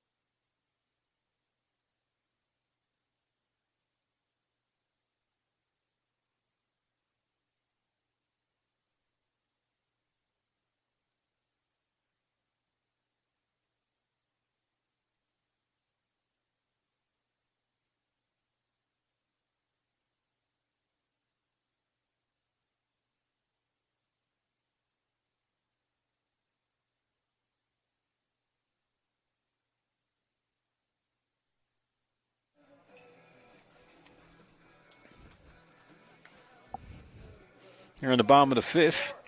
James Bose will lead things off. It will be him, Will Robbins, and Will Anderson due up in this inning, 3, 4, and 5. So we got the meat of the Menlo Park lineup getting ready to hit as they still have the lead 4-3 in this game. Reese Appleby is still out there on the mound in his second inning of work in relief. Bose foul tipping the first pitch. And Appleby with some damage control in that last inning. Obviously, don't want to get into the spot where you got runners on first and second and one out, but he worked out of it beautifully with great command. Bose swings and pop it up over on the first base side. Tossing the mask there is Lewis. He'll make the catch to retire Bose for out number 1. So that was when you throw strikes if you're Appleby. Not overpowering with velocity or movement, but he's pitching very well because he's staying in the zone, not walking a lot of guys, and just pitching those Legends bats on his defense to the work. There comes Will Robbins now, stepping in. He's 0 for 1 on the game, but he did have a sacrifice fly during that 3-run inning back in the bottom of the 3rd. He has an RBI on the night. And there's a first pitch strike coming from Appleby to Robbins. Yeah, Appleby, a lot of first pitch strikes, really commanding the zone, making it his plate, coming to the hitter.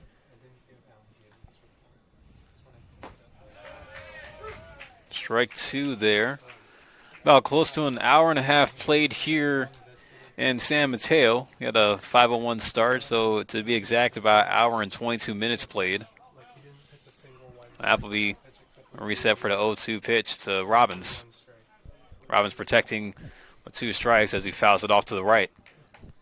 And yeah, I mean, middle of the order for the Legends, 4 or 5 coming up right here. I think the job is simple. Kind of put one in the gap right here if you're Robbins. I'd look for off speed right here. See if you can hang one.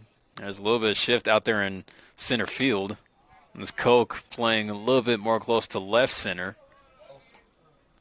Outfield's abnormally large here at CSM, especially on the hill. The wind influences a little bit. The line drives to the gaps can be influenced a little bit, so you give that if you're a defense, knowing that the wind can blow it towards the guy. Very interesting to see the defensive alignment. Robbins with a good set of eyes there as he takes the pitch outside for ball 1. Count goes to 1 ball and 2 strikes on Will Robbins. It's a very good executed pitch, though, by Appleby. You can't ask for much more than that on the corner, especially when you're ahead in the count. You'll take that. Robbins swinging at this one as he shoots it out to shallow right center. Running in for it is Coke, but he's not able to make the catch on the diving attempt. So Will Robbins able to get on thanks to a Texas leaguer. That's hit number 8 for the Legends in this one. Yeah, I know I said I was interested to see the defensive alignment for the Seagulls there, and kind of gave them the gaps. And even though it wasn't the line drive that you would think of, it was in the air, the wind influenced it, blowing in towards the gap. That's no man's land right there, and that's another one where the pitcher doesn't feel too happy about it. The fielders don't. Even Robbins doesn't feel too satisfied with the blue pit there. That's just sometimes how the cookie crumbles in baseball. Now, Will Anderson might hope to get some of that mojo that Robbins has been working with. He's still hitless on the night, 0 for 2 of a strikeout and a fly out to center field. So he looks at strike 1, hitting just below the knees.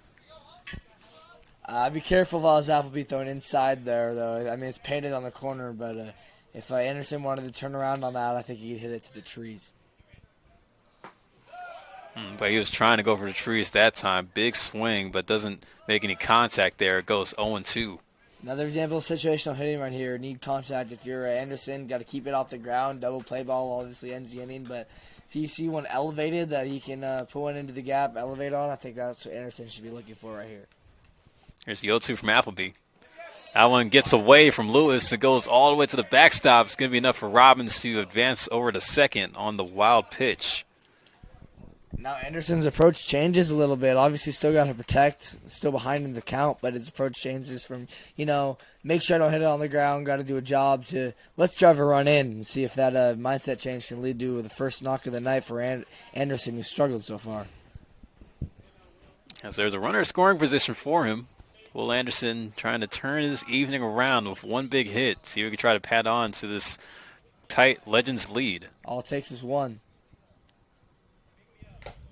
Oh, and couldn't square it up properly there as he foul tipped it into the glove of Lewis, as that's the second time Anderson goes down on strikeouts tonight.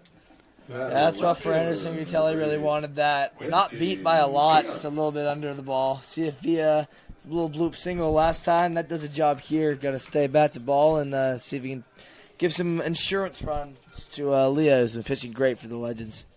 And Quincy Villa, he singled back in the fourth. Also had a stolen base and came around and scored.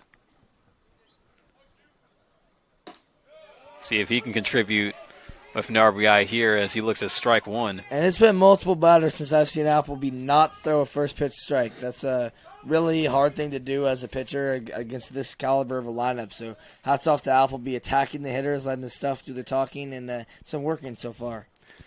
And the Seagulls pitching staff does carry one of the higher ERAs in the league. Villa with a ground ball over to first, but Ethan Johnson doesn't have to put too much of a race against Villa to get back to the bag, as he'll step on easily to end the inning. So no runs on one hit in the bottom half of the fifth, as Reese Appleby puts together another quality inning, as we'll go to the top of the sixth. Still 4-3, Legends in front.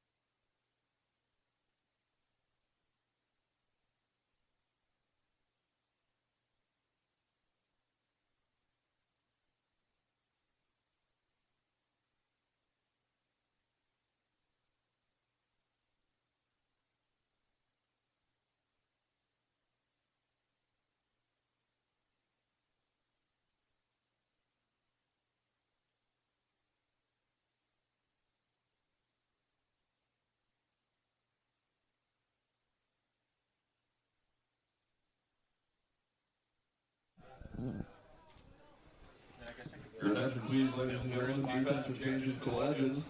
Now playing second base and batting against number 1, Gavin Shavitz. Now playing right field and batting ninth, number 30, TJ Schmalzi. So we're here in the top of the sixth, as it's going to be Ben Koch, Miles Collinger, and Ethan Johnson due up. Ben Koch is 0 for 2 on the night with a strikeout and a pop out to shortstop. Joseph Lee still hanging in tough, as he is in his sixth inning of work tonight, only giving up 3 runs. It looks like Nick Terry's going to let him go the distance in this one. This is the meat of the order for the Seagulls to try to force Lee out of the game. 6 innings kind of sets up your bullpen. Only need to go 3, but if you can force a mid-inning switch here from Leah, it'd be huge. Kind of depleting the Legends' arms, kind of creating a scoring opportunity, and obviously it's singles that it's a good inning for the Seagulls, and all they need is one. They're one away, and trying to manufacture a run here and take Leah out of the ballgame. The 1-2 is hit out the right field as running it down. It's Schmalzi as he go over the right center, ranging for it.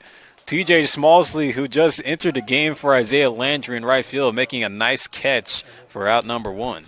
Yeah, it's another game of inches moment, as I've been touching on throughout the game. Schmalzi with a perfect route to the ball. Not necessarily the top-end speed that got him there. It was the route, opened up his hips, knew immediately off the bat that it was going to be in the gap, and kind of got lucky. It hung up there a little bit for him to get under it. Great catch for Schmalzi.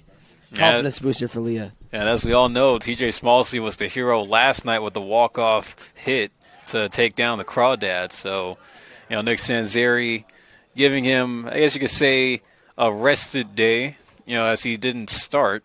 But, again, I feel like it was day off well spent, especially for how he felt after last night.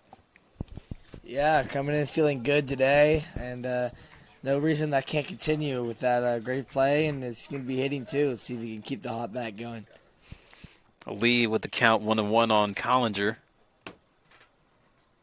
Collinger hitting it hard at third as it's snapped by James Bose at the hot corner. And they don't call it the hot corner for no reason, Carter. That ball came in hard right there. Yeah, 2 quick outs here for Joseph Lee. He'll see Ethan Johnson. Ethan Johnson.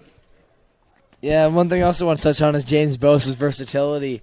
No, he's been playing a lot of shortstop for the Legends, played a lot of second base at LMU last year. To be able to come to third base and make a great throw on a chopper earlier, make the snag right there on a hard hit ball, doesn't go unnoticed, especially with the way he's hitting. Ultimate coach trust from Coach of the Year to Bose. Johnson looking at strike 1 from Lee. Here he comes with the 0-1 now. That one bounces away in the dirt. Change up that time, coming out the hands. But Joseph Lee does have the pitch count gradually rising. He's now going to find himself somewhere in the 80s, so could be nearing the end. But again, Nick Sanzeri has been keeping the bullpen quiet. There's literally nobody sitting over on the bench at the bullpen for the Legends. I mean, there's no reason to think that Leah can't get through this inning. Probably warm up a guy during the Legends at bats.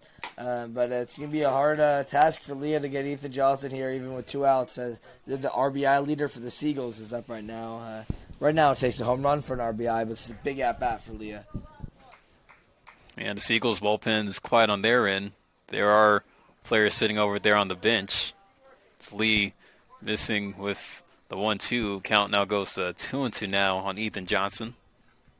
And Leah does not want to walk this guy. I think he wants to pipe one right by him and then be done with his night. 2-2 hit hard down the first baseline, but foul. And you can tell how bad Leah wants it right there. Executing his pitch is great. I expect him to go back to the well for a slider right here, knowing he has a 3-2 fallback. I wouldn't be surprised by a slider. Yeah, this would be a big out for Joseph Lee to get, especially with Tate Lewis waiting in the on-deck circle. Tate Lewis, of course, hitting the ball in his last at-bat.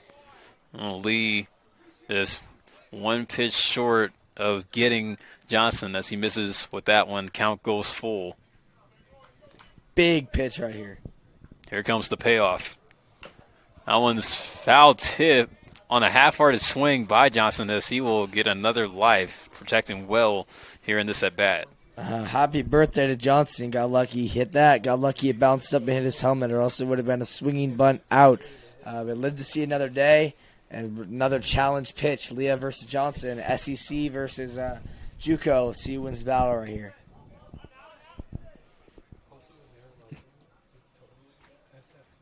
Johnson, of course, with the Missouri commitment. Here comes the payoff from Lee. A slow roller over the short. Beal playing in on it as he will routinely make it tailor-made like a suit from Men's Warehouse to end the inning. So 3 up, 3 down. Go the Seagulls. They don't get anybody on as they're kept scoreless in the top half of the 6th. Still a 4-3 game for the Legends. We'll move to the bottom half.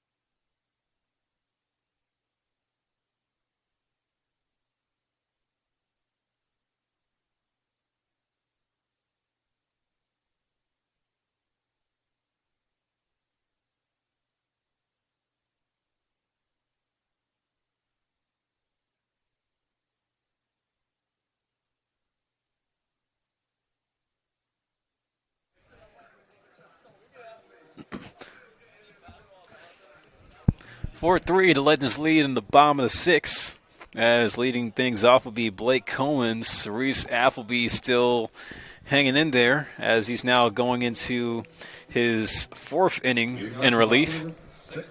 And yeah, Appleby's been pitching great. He's been pitching in contact, letting his defense do the work. Not a whole lot of strikeouts, but as a WCal guy, obviously experienced facing a good lineup, going to Cal Poly next year. And you can see why. Command, I think that was his first non-strike, the first pitch of a batter on like 6 at-bats right there. But he's been throwing a lot of strikes, and stuff's just good enough that he's had a really good outing so far. Cohen's hitting a high fly ball out to left center, ranging forward to this Coke. He'll make the catch. I'll remind everybody that today's game is brought to you by the Clubhouse Training Center, powered by Legends Baseball and now open in Redwood City. Book private lessons, lane rentals, classes, or memberships today. It's the ultimate spot to train like a legend. And a big thanks to our sponsors, Kip Sports Cars, the Bay Area's top spot for baseball cars, autographs, and collectibles. Visit Kip's in downtown Los Altos and tell them the legend sent you. So here comes Gavin Shaddix, who came in substitution for Deuce Filter at second base the last inning. And Shaddix, the Stephen F. Austin commit out of Ohlone College. Kind of been struggling, something a little bit to start the summer, obviously given more opportunities. Was supposed to start this game, but ended up getting scratched back in the lineup here to try to get the Legends some insurance runs.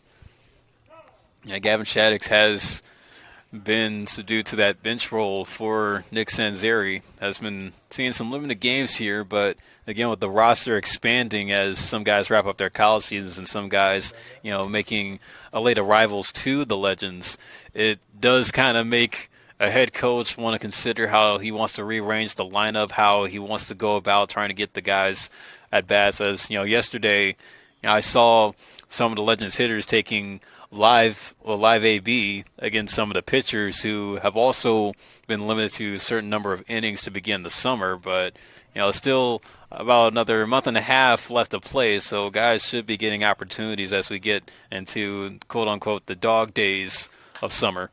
There's Gavin Shaddix with the pop-up over in shallow left. Calling off the shortstop is Collinger as he will make the catch for the second out. I mean, yeah, obviously if you're Shaddix, you want to kind of break out of that slump, get more playing time. But as you touched on, a lot of innings to go around, a month and a half left, a lot of guys to get them. And it's going to be a little bit of a merry-go-round. You're going to have the set guys like Villa, Anderson that are going to be in the lineup routinely. But the rest is kind of a rotating bunch. Even in the beginning, guys like James Bose really had to earn their spots. And everyone's going to have to earn their spots to get playing time in the Legends. And that's the way it should be with collegiate competitive baseball. Smallsley on the 7th inning here in San Mateo.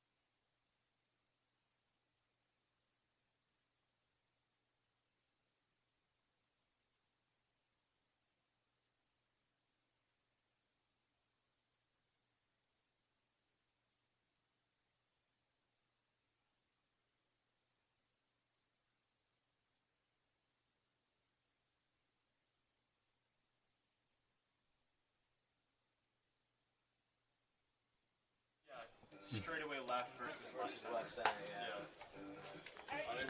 Back here in the top of the 7th after we saw TJ Smallsley just miss from getting the ball out of here, but Carter, we have our TrackMan guys here in the booth with us, and they compared the exit velocity of that hit ball by Smallsley to 96, but Tate Lewis had the same mileage on his exit velo when he hit the home run as he leads off the inning. Speak of the devil.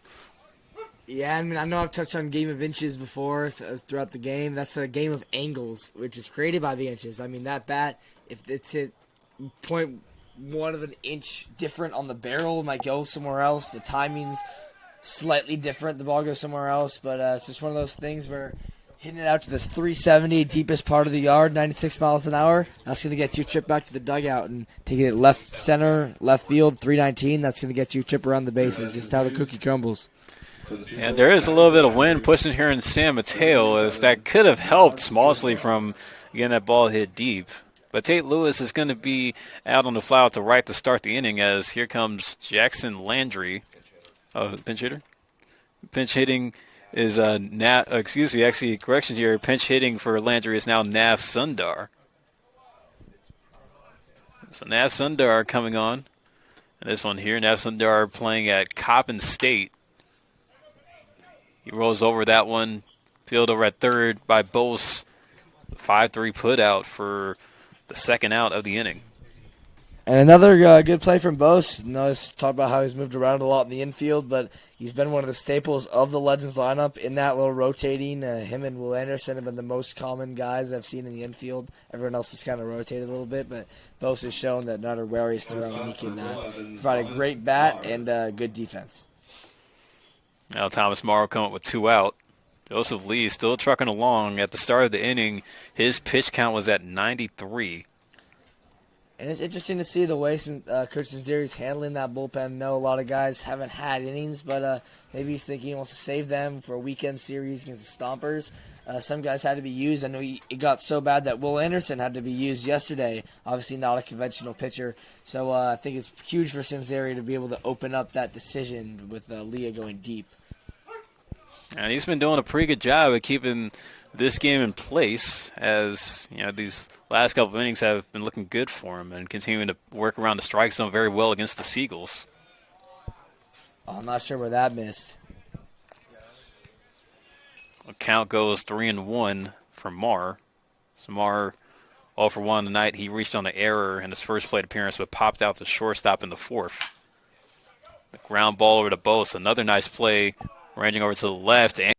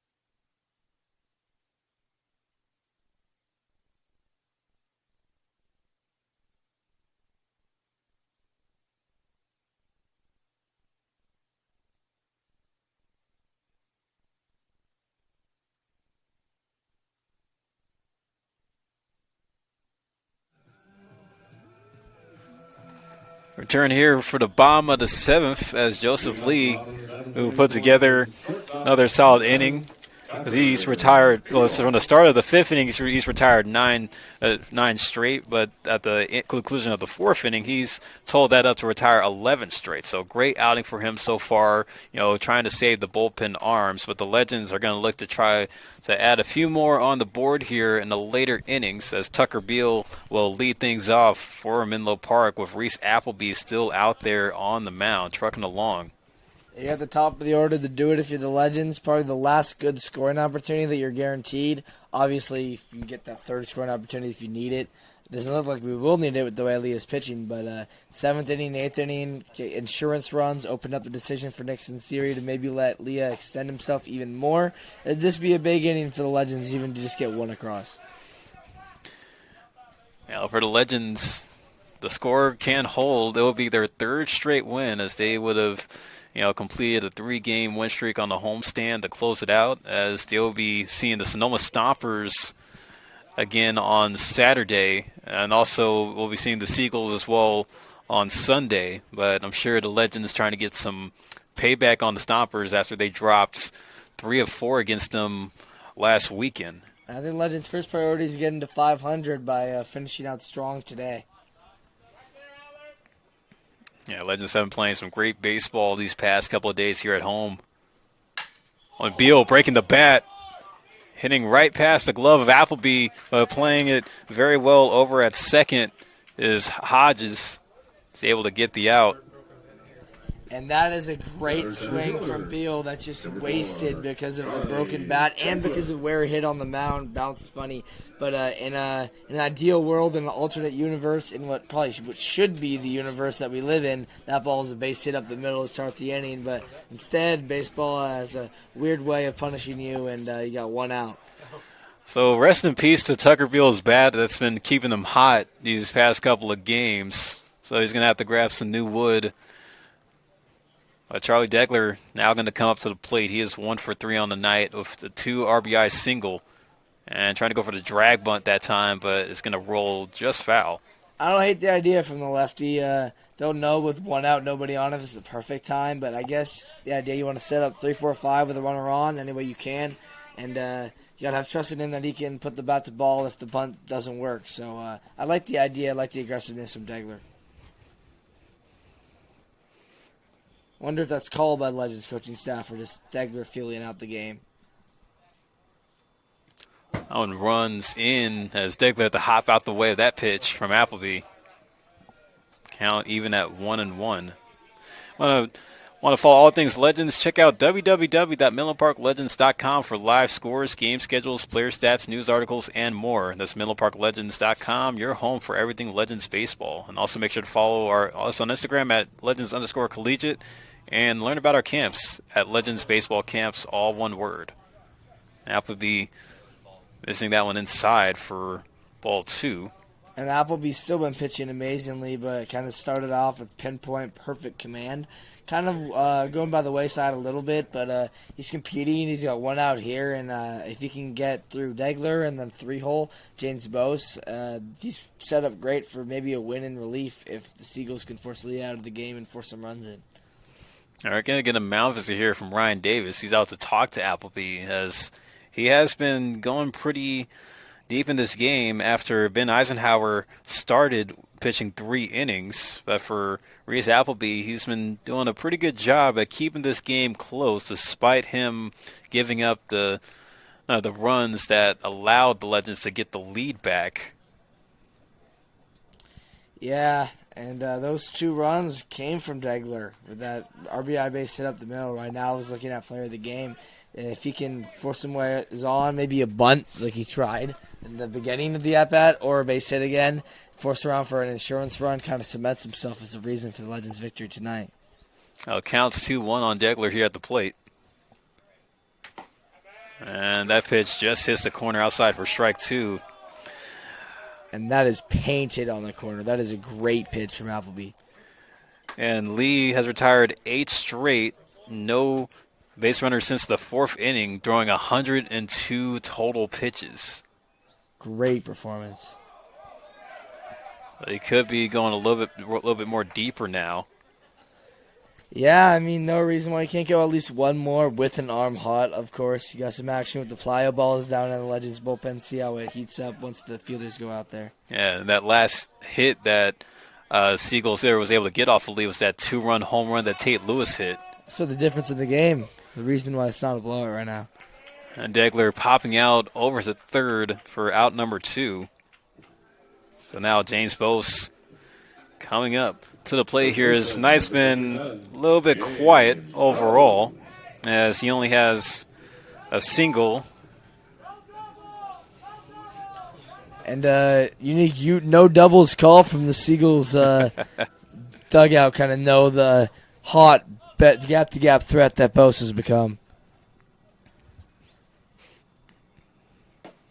Yeah, well, it sounds like Ryan Davis has been definitely paying attention to the scouting report on James Bose. We know that he possesses great gap power, and we've seen it on display ourselves here for these past few games. And here comes Appleby with the 0-1 pitch to him. And Bose in the 3-hole for a reason. I'm missing just high for ball 1, count at 1-1 here. Still uncommitted for Bose. Coming portal out of LMU. Got some scouts in attendance today. See if he can make some headway towards becoming committed. Well, hitting that one hard to short, but caught on a line there by Marr to end the inning. So another 3 up, 3 down inning for Reese Appleby as he's retired 8 straight since getting the last 2 outs in the 5th. So the score continues to hold at 4-3. We'll go to the 8th inning. And it looks like Joseph Lee is going to be coming back out, try to continue the job for the Legends.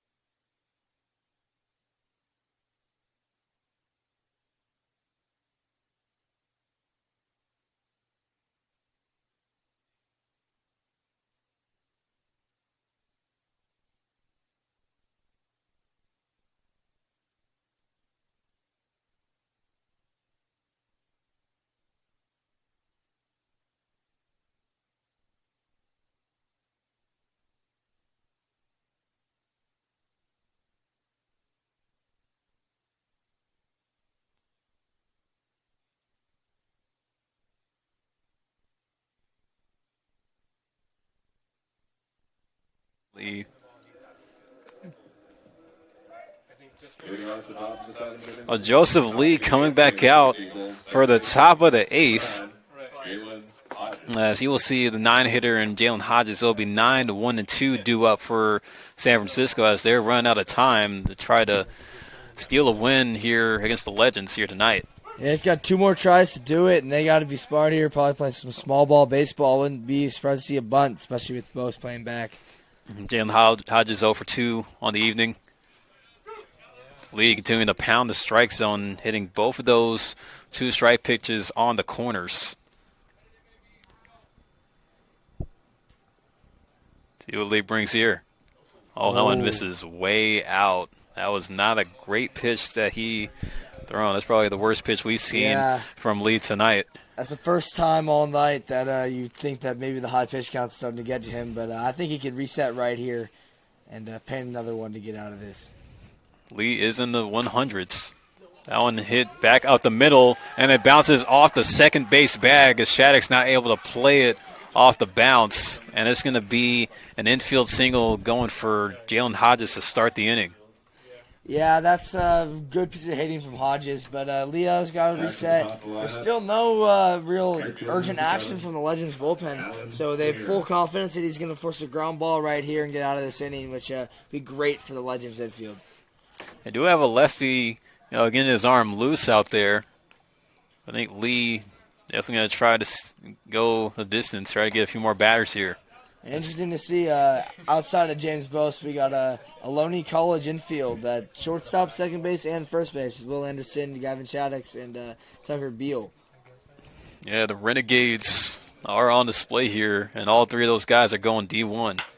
The ground ball over to third. Bose going to try to turn double play on to Shaddix. On to Anderson in time. Clutch double play by the Legends infield. As you can see there, the Ohlone connection working very well. Yeah, that's awesome. And as I just said, not a lot of action in the Legends bullpen before that pitch. Coach Zanziri trusted Leah to get out of it, and right on cue, got out of it with the great ground ball to James Bose. Gavin Shaddix had to reach up to make the good catch and get rid of it quickly for a great play right there. It's a pitch count saver for Leah, too. We could see a complete game. Well, Lee's definitely glad to have that double play get turned, and the infield for the Legends has been on point tonight. Even the line score, 3 runs by the Seagulls, 5 hits, 2 errors. The Legends, 4 runs, 8 hits, and only 1 error recorded. Yeah, it's mostly errorless free baseball is gonna keep you in a lot of close games, especially like this 4-3 when the bats aren't as woken up. Rare to see the Legends not in a shootout, but it's refreshing to see that they can hunker down and rely on pitching and defense to win them some games. Yeah, that lone error that the Legends have recorded on defense came all the way back in the second inning. So, they've kept it clean the rest of the way, but that's just thanks to the control of Joseph Lee. This would be an interesting win here, as, the Legends, they had a blowout shutout on Tuesday against the Merchants, 13-0, then a one-run walk-off win last night. And then tonight it could possibly be another one-run victory for the team. Yeah, definitely keeping it exciting. But yeah, the Legends have been playing great, and Leah right here, he's one pitch away from an amazing outing. That one's cracked out in the right center. It's going to go to the gap. It's going to roll to the wall. Smallsley having to chase it down. And Brewer is going to make the turn at second. He's going to try to go for three. Shaddix getting the throw on the cutoff, but the throw is going to be way late as Brewer puts himself in scoring position at third with a 2-out triple, and he becomes now the tying run for the Seagulls. And that is the third hit of the day for Brewer after a rope single to left, a great bunt hit to start the game, and then a triple in the gap, and that's going to get some more action from the Legends bullpen. This is probably Leah's last batter, and it's a big difference mentally. If you can get this out and make it an 8-inning, 3-run outing, you'll take that every day, but a 7 2/3, 4 runs is a big difference right there. This is a huge batter. He's going to have this deal with Ben Koch, who comes up to the dish. So he swings at the first pitch, flying out the center field. Deckler on the run, can't make the catch as he went to the dot. And that's another game of inches moment where you got the difference between a lead for the Legends and now a tie game with runners in scoring position that the Seagulls could really capitalize on right here. So the urgency now becomes dire for the Legends. That arm's trying to warm up fast here if it gets a bad for Lee, as now the game is tied 4-4 off the RBI double from Ben Koch as Miles Collinger now coming up to the plate. He looks at ball one. And now this is definitely his last batter for Leah. That one's hit high into left field deep, but Villa is going to camp under it as that one stays in the yard. He makes the catch to end the inning. Ben Koch coming through on the clutch with an RBI double, driving in Jake Brewer, as we're going to go to the bottom half of the eighth with the score now tied 4-4. See if the Legends could get that run back and try to get the lead back here late in the game in San Mateo.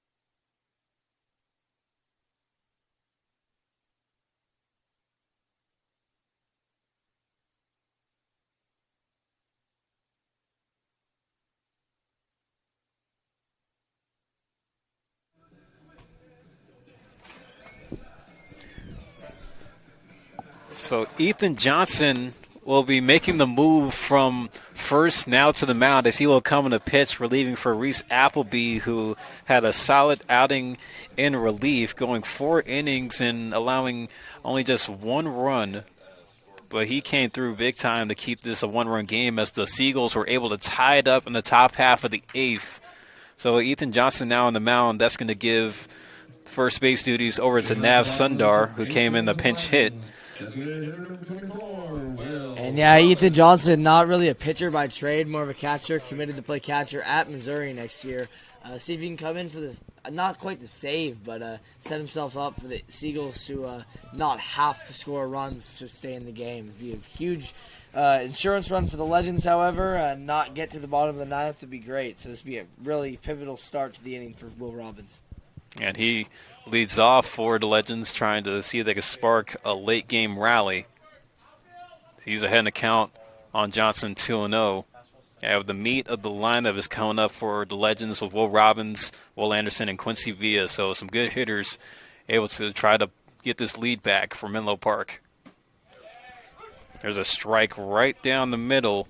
And you see Johnson, he's not overpowering the fastball coming out of the hands from right hand. Yeah, just 82, 84 to start, but not too different from Appleby, just controlling the zone. I mean, I will say that Johnson...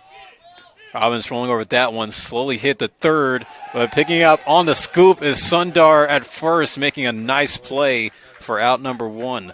Great scoop from Sundar. I was just going to say that Ethan Johnson, despite having a similar movement profile and velocity as Appleby, was not as good as pinning the corners. But luckily didn't come up to bite him because it was down the middle, 2 pitches in a row, turned into an out after a great pick by Sundar. Let's see if Will Anderson can be a spark plug and bounce back from an 0-3 night so far. Anderson has struck out twice in his 0-for-3 outing at the plate, trying to turn around. He could do it with one big swing. On Anderson, not wasting any time trying to go after the first pitch, but swung through it. Yeah, just a little bit of a half-hearted swing. Couldn't really decide, but you got to swing with authority. He knows that. He's a good enough hitter. He's an All-American. He's going to reset right here. I'd expect him to be aggressive. That is a 63-mile-an-hour pitch doing the job. Obviously, a change-up with a little bit of movement, but even by change-up standards, I mean, even for high school, that'd be a slow change-up. That is a hover ball that is almost moves like a knuckleball because gravity just moves it. And Will Anderson thought it was going to be inside. He went well with it to left field, just obviously need a really good smack on the ball to take it oppo here, and couldn't quite do that. Quincy Villa coming up with 2 outs. He's 1-for-3 on the night. Well, he has a single, stolen base, and came around and scored in the 4th inning. And you see Johnson, again, there's a big difference in speeds, and the speeds that the Legends have been seeing tonight from the pitching side. And just to give you an insight in the mind of a hitter, I mean, you can kind of... The fly ball hit out the right. Ramirez able to run in to make the catch to end the inning. So Ethan Johnson coming through in relief, having a 1-2-3 inning in the 8th inning. And that's exactly what they needed to keep this game close. We're going to the 9th inning, folks, with the score still tied up.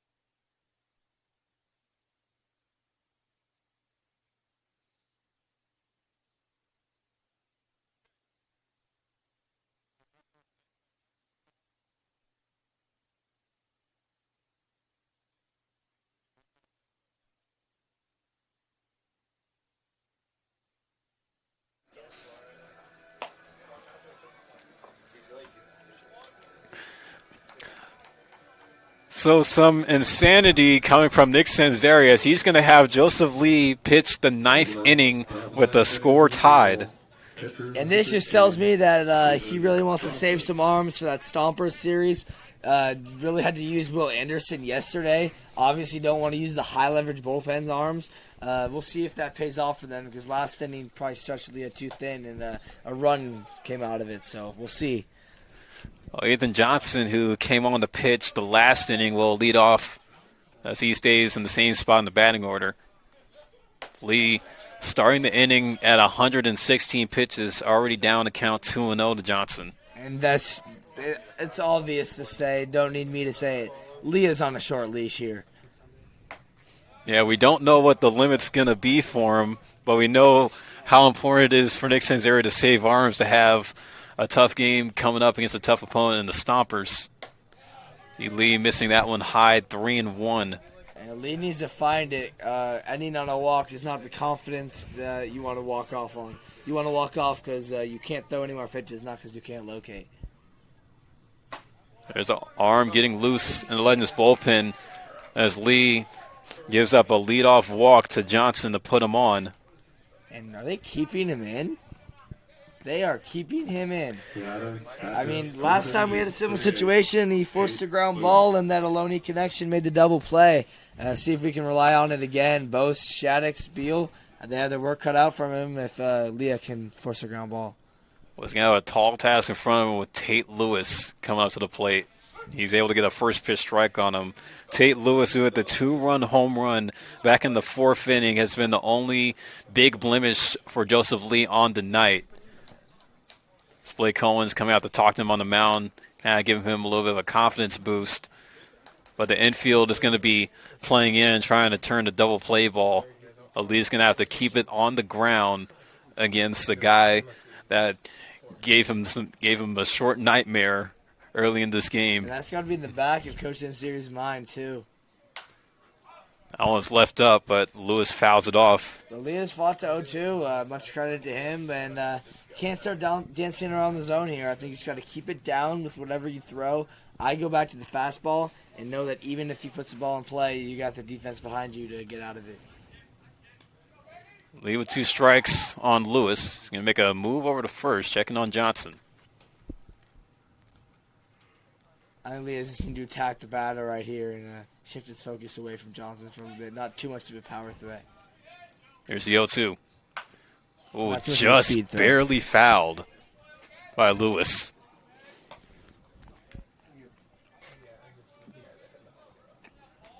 Tate Lewis, that home run he hit was the first home run on the season for the Seagulls, and they have played in 12 games already, this being game number 13 for them on the summer in the CCL. 0-2, missing just a little high. Count goes to 1 ball and 2 strikes. Oh, that's just tied by Leah. That's another game of inches moment where the at-bat gets extended by a pitch that is about a millimeter from being a strike. Runner takes off. Lewis strikes out swinging. Oh! The throw down to second is late. Shaddix couldn't put the tag on Johnson in time. So Ethan Johnson will be safe on the stolen base attempt, as that will put him in scoring position as he is the go-ahead run. But the hit-and-run attempt backfires as Lewis does go down and strikes for the first out. Great execution right there from Leah, though, on that slider to force a swing and miss. I love that. But another small thing is just being an off-speed pitch. That's the difference in Ethan Johnson being safe at second like he was or being called out. Here comes Nav Sundar, second in the box here, as he has a chance to try to give the Seagulls the lead. Big at-bat for Sundar. With how deep the outfield is playing, a base hit definitely gives the Seagulls the lead. That one's in there for a strike, just hits the corner for Sundar. And Leah got lucky there. That was a little bit hung down the middle on a slider. That's he's lucky Sundar didn't deposit that up the middle. Yeah, Sundar hit 2 home runs at Coppin State, playing in 34 of 39 games.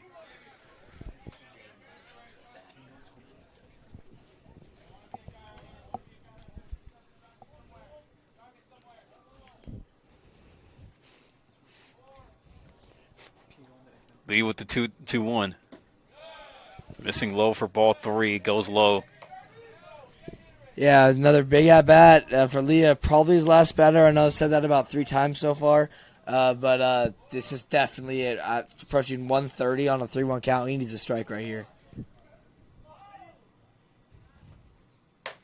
That one's missed high for ball 4. And Sanzeri is going to make the move.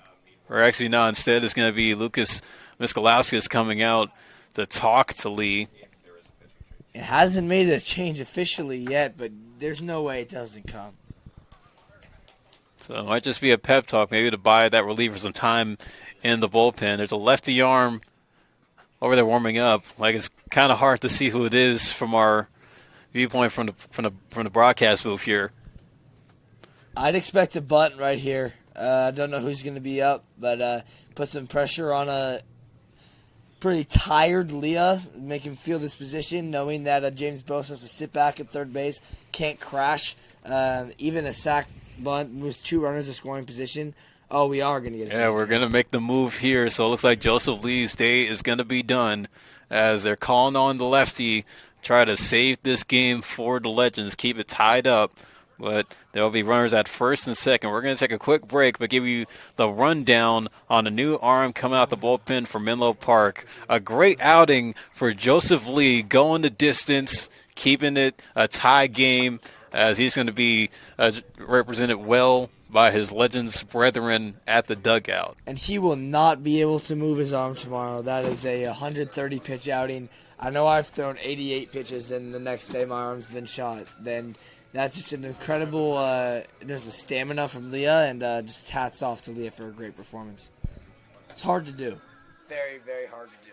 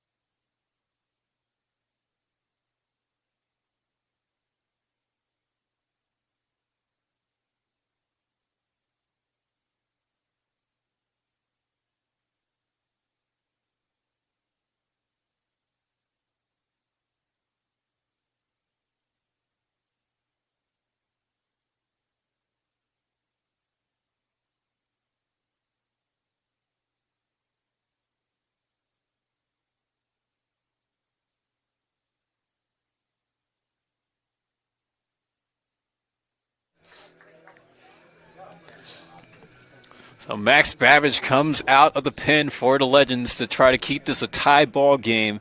He has to deal with runners at first and second, with Thomas Marr coming up to the plate in a position that can give the Seagulls the lead here in the top of the ninth. And it's a major adjustment for the Seagulls lineup, going from a power throwing righty to a very movement-heavy, just a 2-pitch mix guy.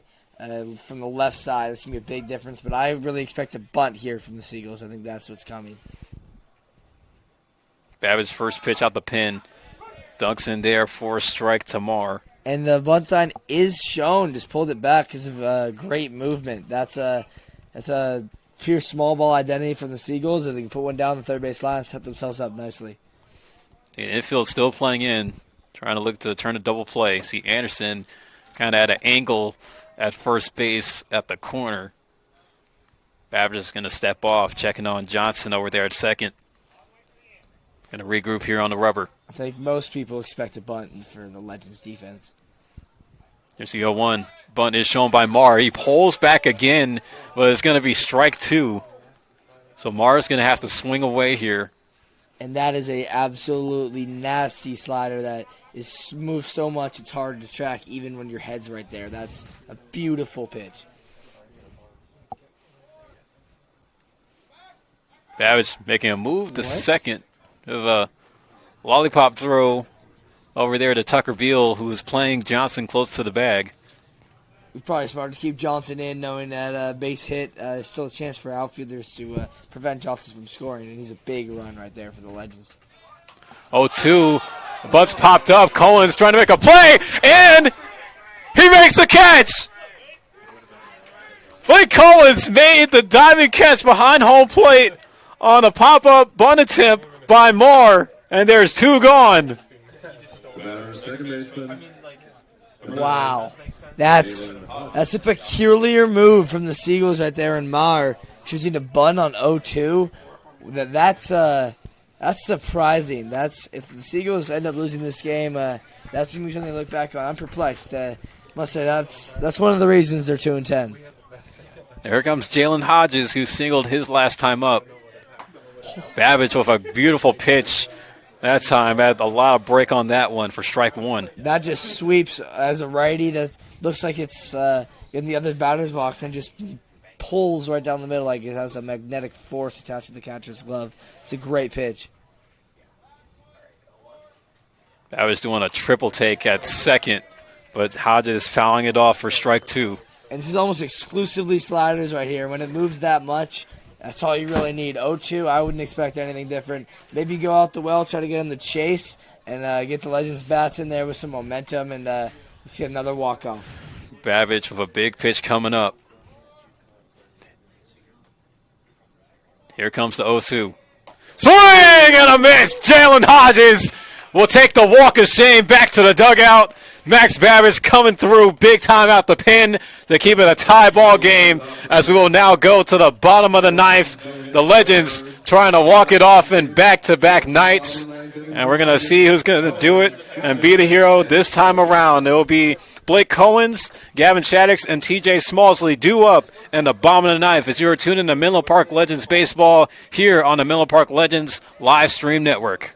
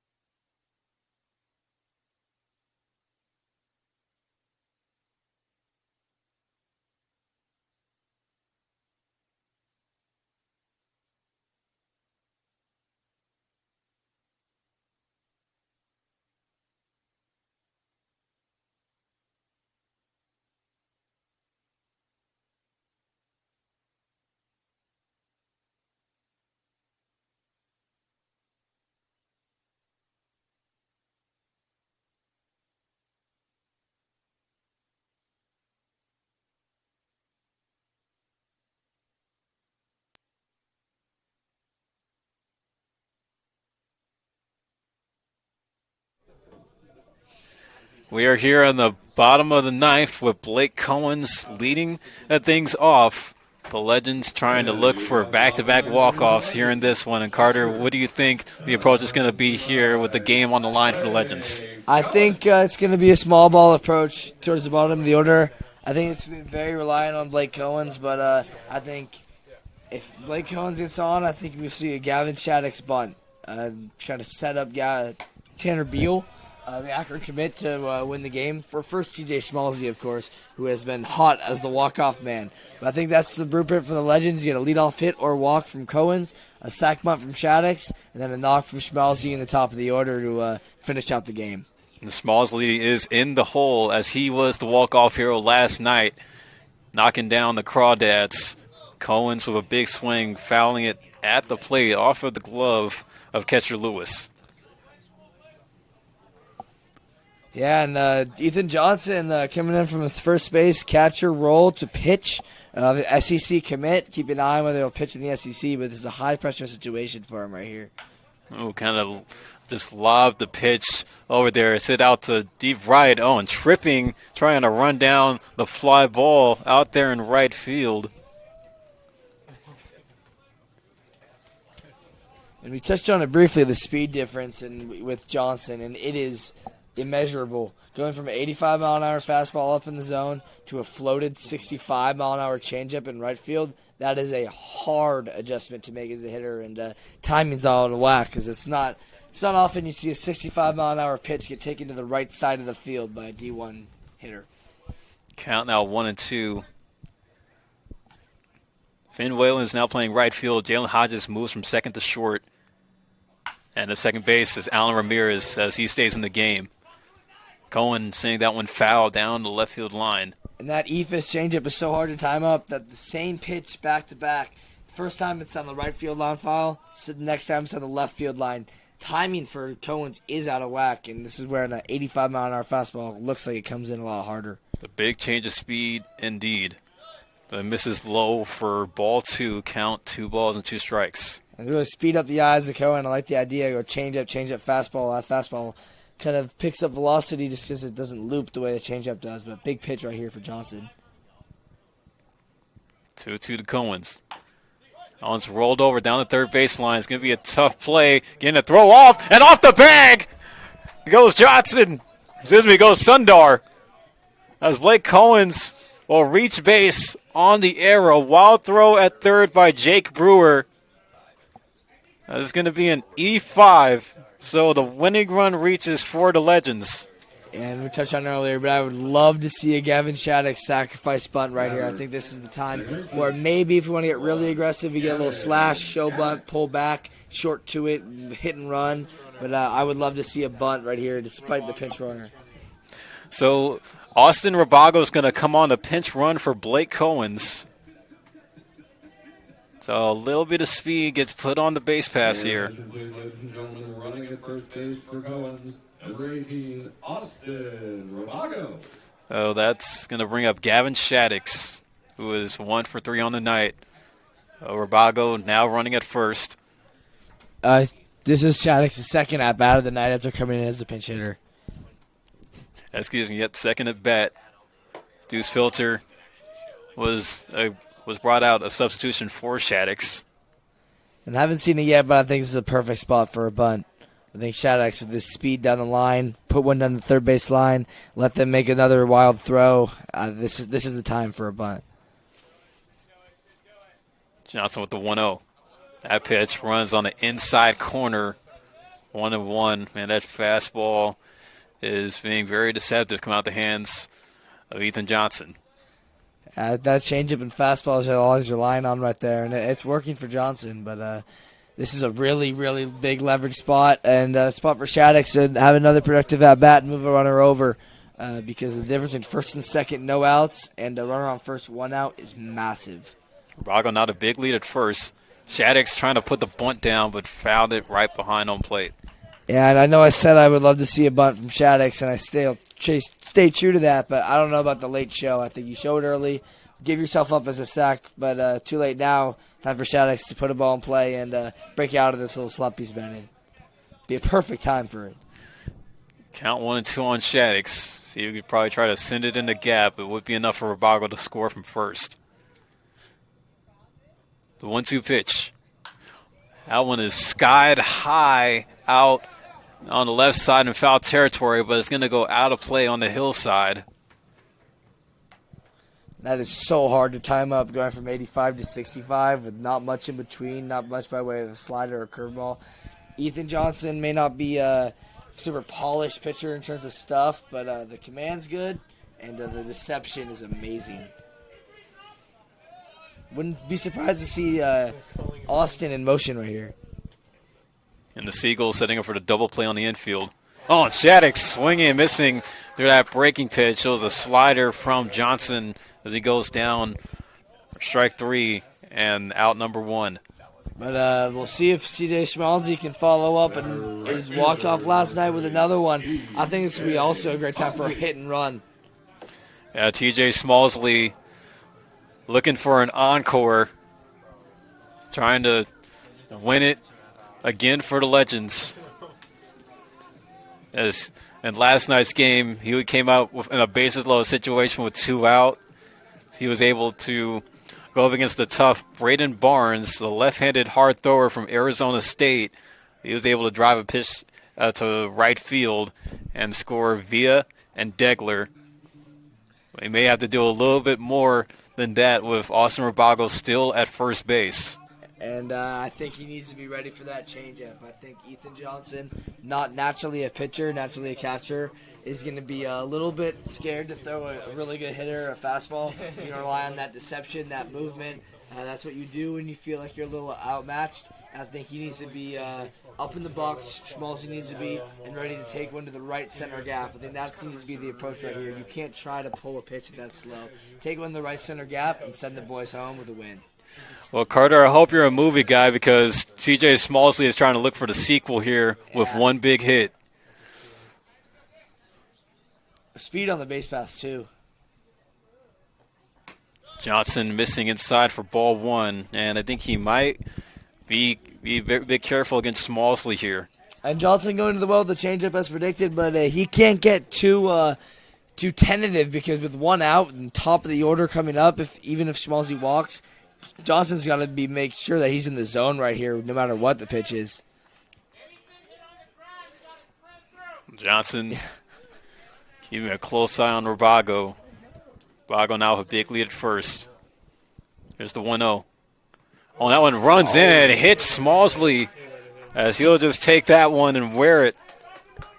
67 miles an hour to the ribs doesn't exactly hurt a collegiate athlete. So I think Schmalzi a little upset that he maybe doesn't have the opportunity to follow up his walk-off with another one, but he'll take moving the Ducks over for a chance at greatness for Gavin Beal. Tucker Beal. That's going to bring us to the top door for Tucker Beal as the table is now set for him with the winning run and Austin Rabago now at second base. Tucker Beal is 2 for 3 on the night with a double and a single and a walk.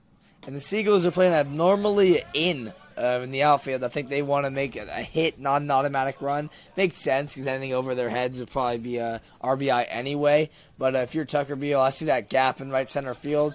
On the ground to second base wins the game right here. A ground out to second base wins the game just because of the positioning. Double take by Johnson the second. Beal holds up and looks at that one for 2-0. That's the first slider we've seen from Johnson all day. Went from 85-mile-an-hour fastball to a 65-mile-an-hour changeup. Now a 73-mile-an-hour slider. So the speed mix-up is there, but he's not really commanding the zone. 2-0. Beal taking all the way for strike 1. Johnson able to put it in the zone that time. Beal's got to be smart, though. A walk does the job with 1 out and putting a guy in position to win the game. Beal's got to be smart. Make sure it's in the zone. Nothing free here. Base hit will win the ball game for the Legends. That one's missed outside. Ball 3 on Beal. A 3-1. If I'm Coach Sanseri, I'm giving the take sign right here. You make a non-pitcher compete on 3-2 and throw 2 strikes in a row. That's a high ask of a high school guy who hasn't even been in college yet. I'm taking here if I'm Beal. I want to set up the best chance I can for my on-deck hitter. And Dane Most is the man on deck. He'll pinch hit for Charlie Deckler if Beal reaches base. A 3-1 missed outside, ball 4. So now the bases are loaded for Dane Most. Dane Most coming in a pitch hitting situation. And there are 4 ways for a Legends victory right here outside of the balk. And 3 of them involve Dane Most. We got a base hit, we have a sac fly, and we have a ground ball up the middle. Can do the job. All we need is contact, especially with a guy who's not overpowering on contact. On velo, we need contact right here from Most. And Dane Most has many different options to try to win this game, but the one option that he can't allow himself to do is strike out with the bases loaded. Infield's going to come in and play, and actually it looks like we're going to have a 5-man infield come in, as coming from center field is Ben Koch. So Ben Koch is going to come in to set up for the 5-man infield. So this is pretty old school here, Carter, as far as a situational call from Coach Davis. Now, Dane Most, I know we just said a sac fly does a job. The weakest fly ball of his life, if it's to center field, wins them the game. 26. We're going to have a substitution here. This is going to be 26 for 14. So Mac Galvin is going to come in to substitute for Finn Whalen. So Mac Galvin. It's an interesting strategy for a power hitter like Most. If he elevates the ball, this game's over, especially with how in the outfield's playing. So Matt Galvin will come in to play right field for Finn Whalen, but they do bring in Ben Koch from center field. So Dane Most at the plate here with one out. Bases loaded. Game on the line. Look at a slow pitch that drops in for Dane Most. And then Carter, that was a cookie that Dane Most could have swallowed and eat. I must say, as a player myself, if I'm in the box, I'm salivating seeing that. I don't know how Most doesn't pull the trigger there, especially knowing that taking it up the middle is a victory. High tensions here. Here comes the 0-1 to Most. He's going to swing and hit out to right. Should be neat enough. They're going to test it. Rabago's going to look the tag. You're going to throw it on. Home, and the throw goes off the first end. Not making a good throw from the outfield is Matt Galvin. Austin Rabago comes in to score. And Dane Most walks it off for the Legends for the second day in a row on a sacrifice fly to win it in the bottom of the ninth, 5-4 over the San Francisco Seagulls. And what a finish that was there, Carter. A situational call by Ryan Davis backfires, and Dane Most coming in the pinch hitting spot becomes the hero on a sac fly. I wouldn't even say the strategy failed. He hit it right to the second outfielder out of two. He just made the worst throw I have ever seen from right field. And that is a painful way to lose for the Seagulls. Moving to 2-11, that's rough. But Dane Most did a job, and the Legends are victorious. Yeah, and it kind of looked like Matt Galvin just gave up there as he didn't really put a lot of effort in that throw from right field, and it was the fly ball was shallow enough for Rabago to be kind of cautious in trying to test him on the tag-up. Yeah, I mean, and that's another thing, Rabago. If he's not immediately off the bat saying, I'm going to go on this, he doesn't capitalize on that, and they live to see another life. That's aggressiveness paying off. That's why you are aggressive, and that's the difference in the game, which is what makes 2-11 teams 2-11. Yeah, and the Seagulls, they're going to have to swallow this one here. Another tough loss for them on the season. As you said, Carter, they now fall to 2-11. But for the Legends, they are riding high again. Their third straight win, their second straight walk-off win, and they're going to have an off day tomorrow. Definitely going to enjoy it and get ready for a weekend matchup against the Stompers coming up on Saturday, and they'll see the Seagulls once again on Sunday this weekend. Back to 500 for the Legends, 6-6. Great, gritty victories on two straight walk-offs. Not much more you can ask for. Yeah, we had another exciting game here in San Mateo tonight. The Legends walk it off again on the sacrifice fly from Dane Most as they beat the Seagulls 5-4. As we want to thank everybody for tuning in, and the next time that you'll hear us, it will be next Tuesday in another midweek matchup where the Seagulls will be coming back to CSM Baseball Field to take on the Legends once again, as the Legends will be going on the road for the next 2 days. They'll hope to look for two big road wins to continue their win streak. But another great night of baseball here on the peninsula, a great win on a walk-off for the Legends, as the final line score, the Seagulls lose 4 runs, 7 hits, 3 errors, and the Legends win it on a Dane Most sacrifice fly, scoring 5 runs on 8 hits and 1 error. And with that, that's going to wrap it up for us here on the Menlo Park Legends Livestream Network. Thank you again for tuning into tonight's coverage of Menlo Park Legends Baseball. Legends win it, bottom of the ninth, 5-4. As this is Philip Hall alongside my partner Carter Ball, signing off for the evening as we say so long.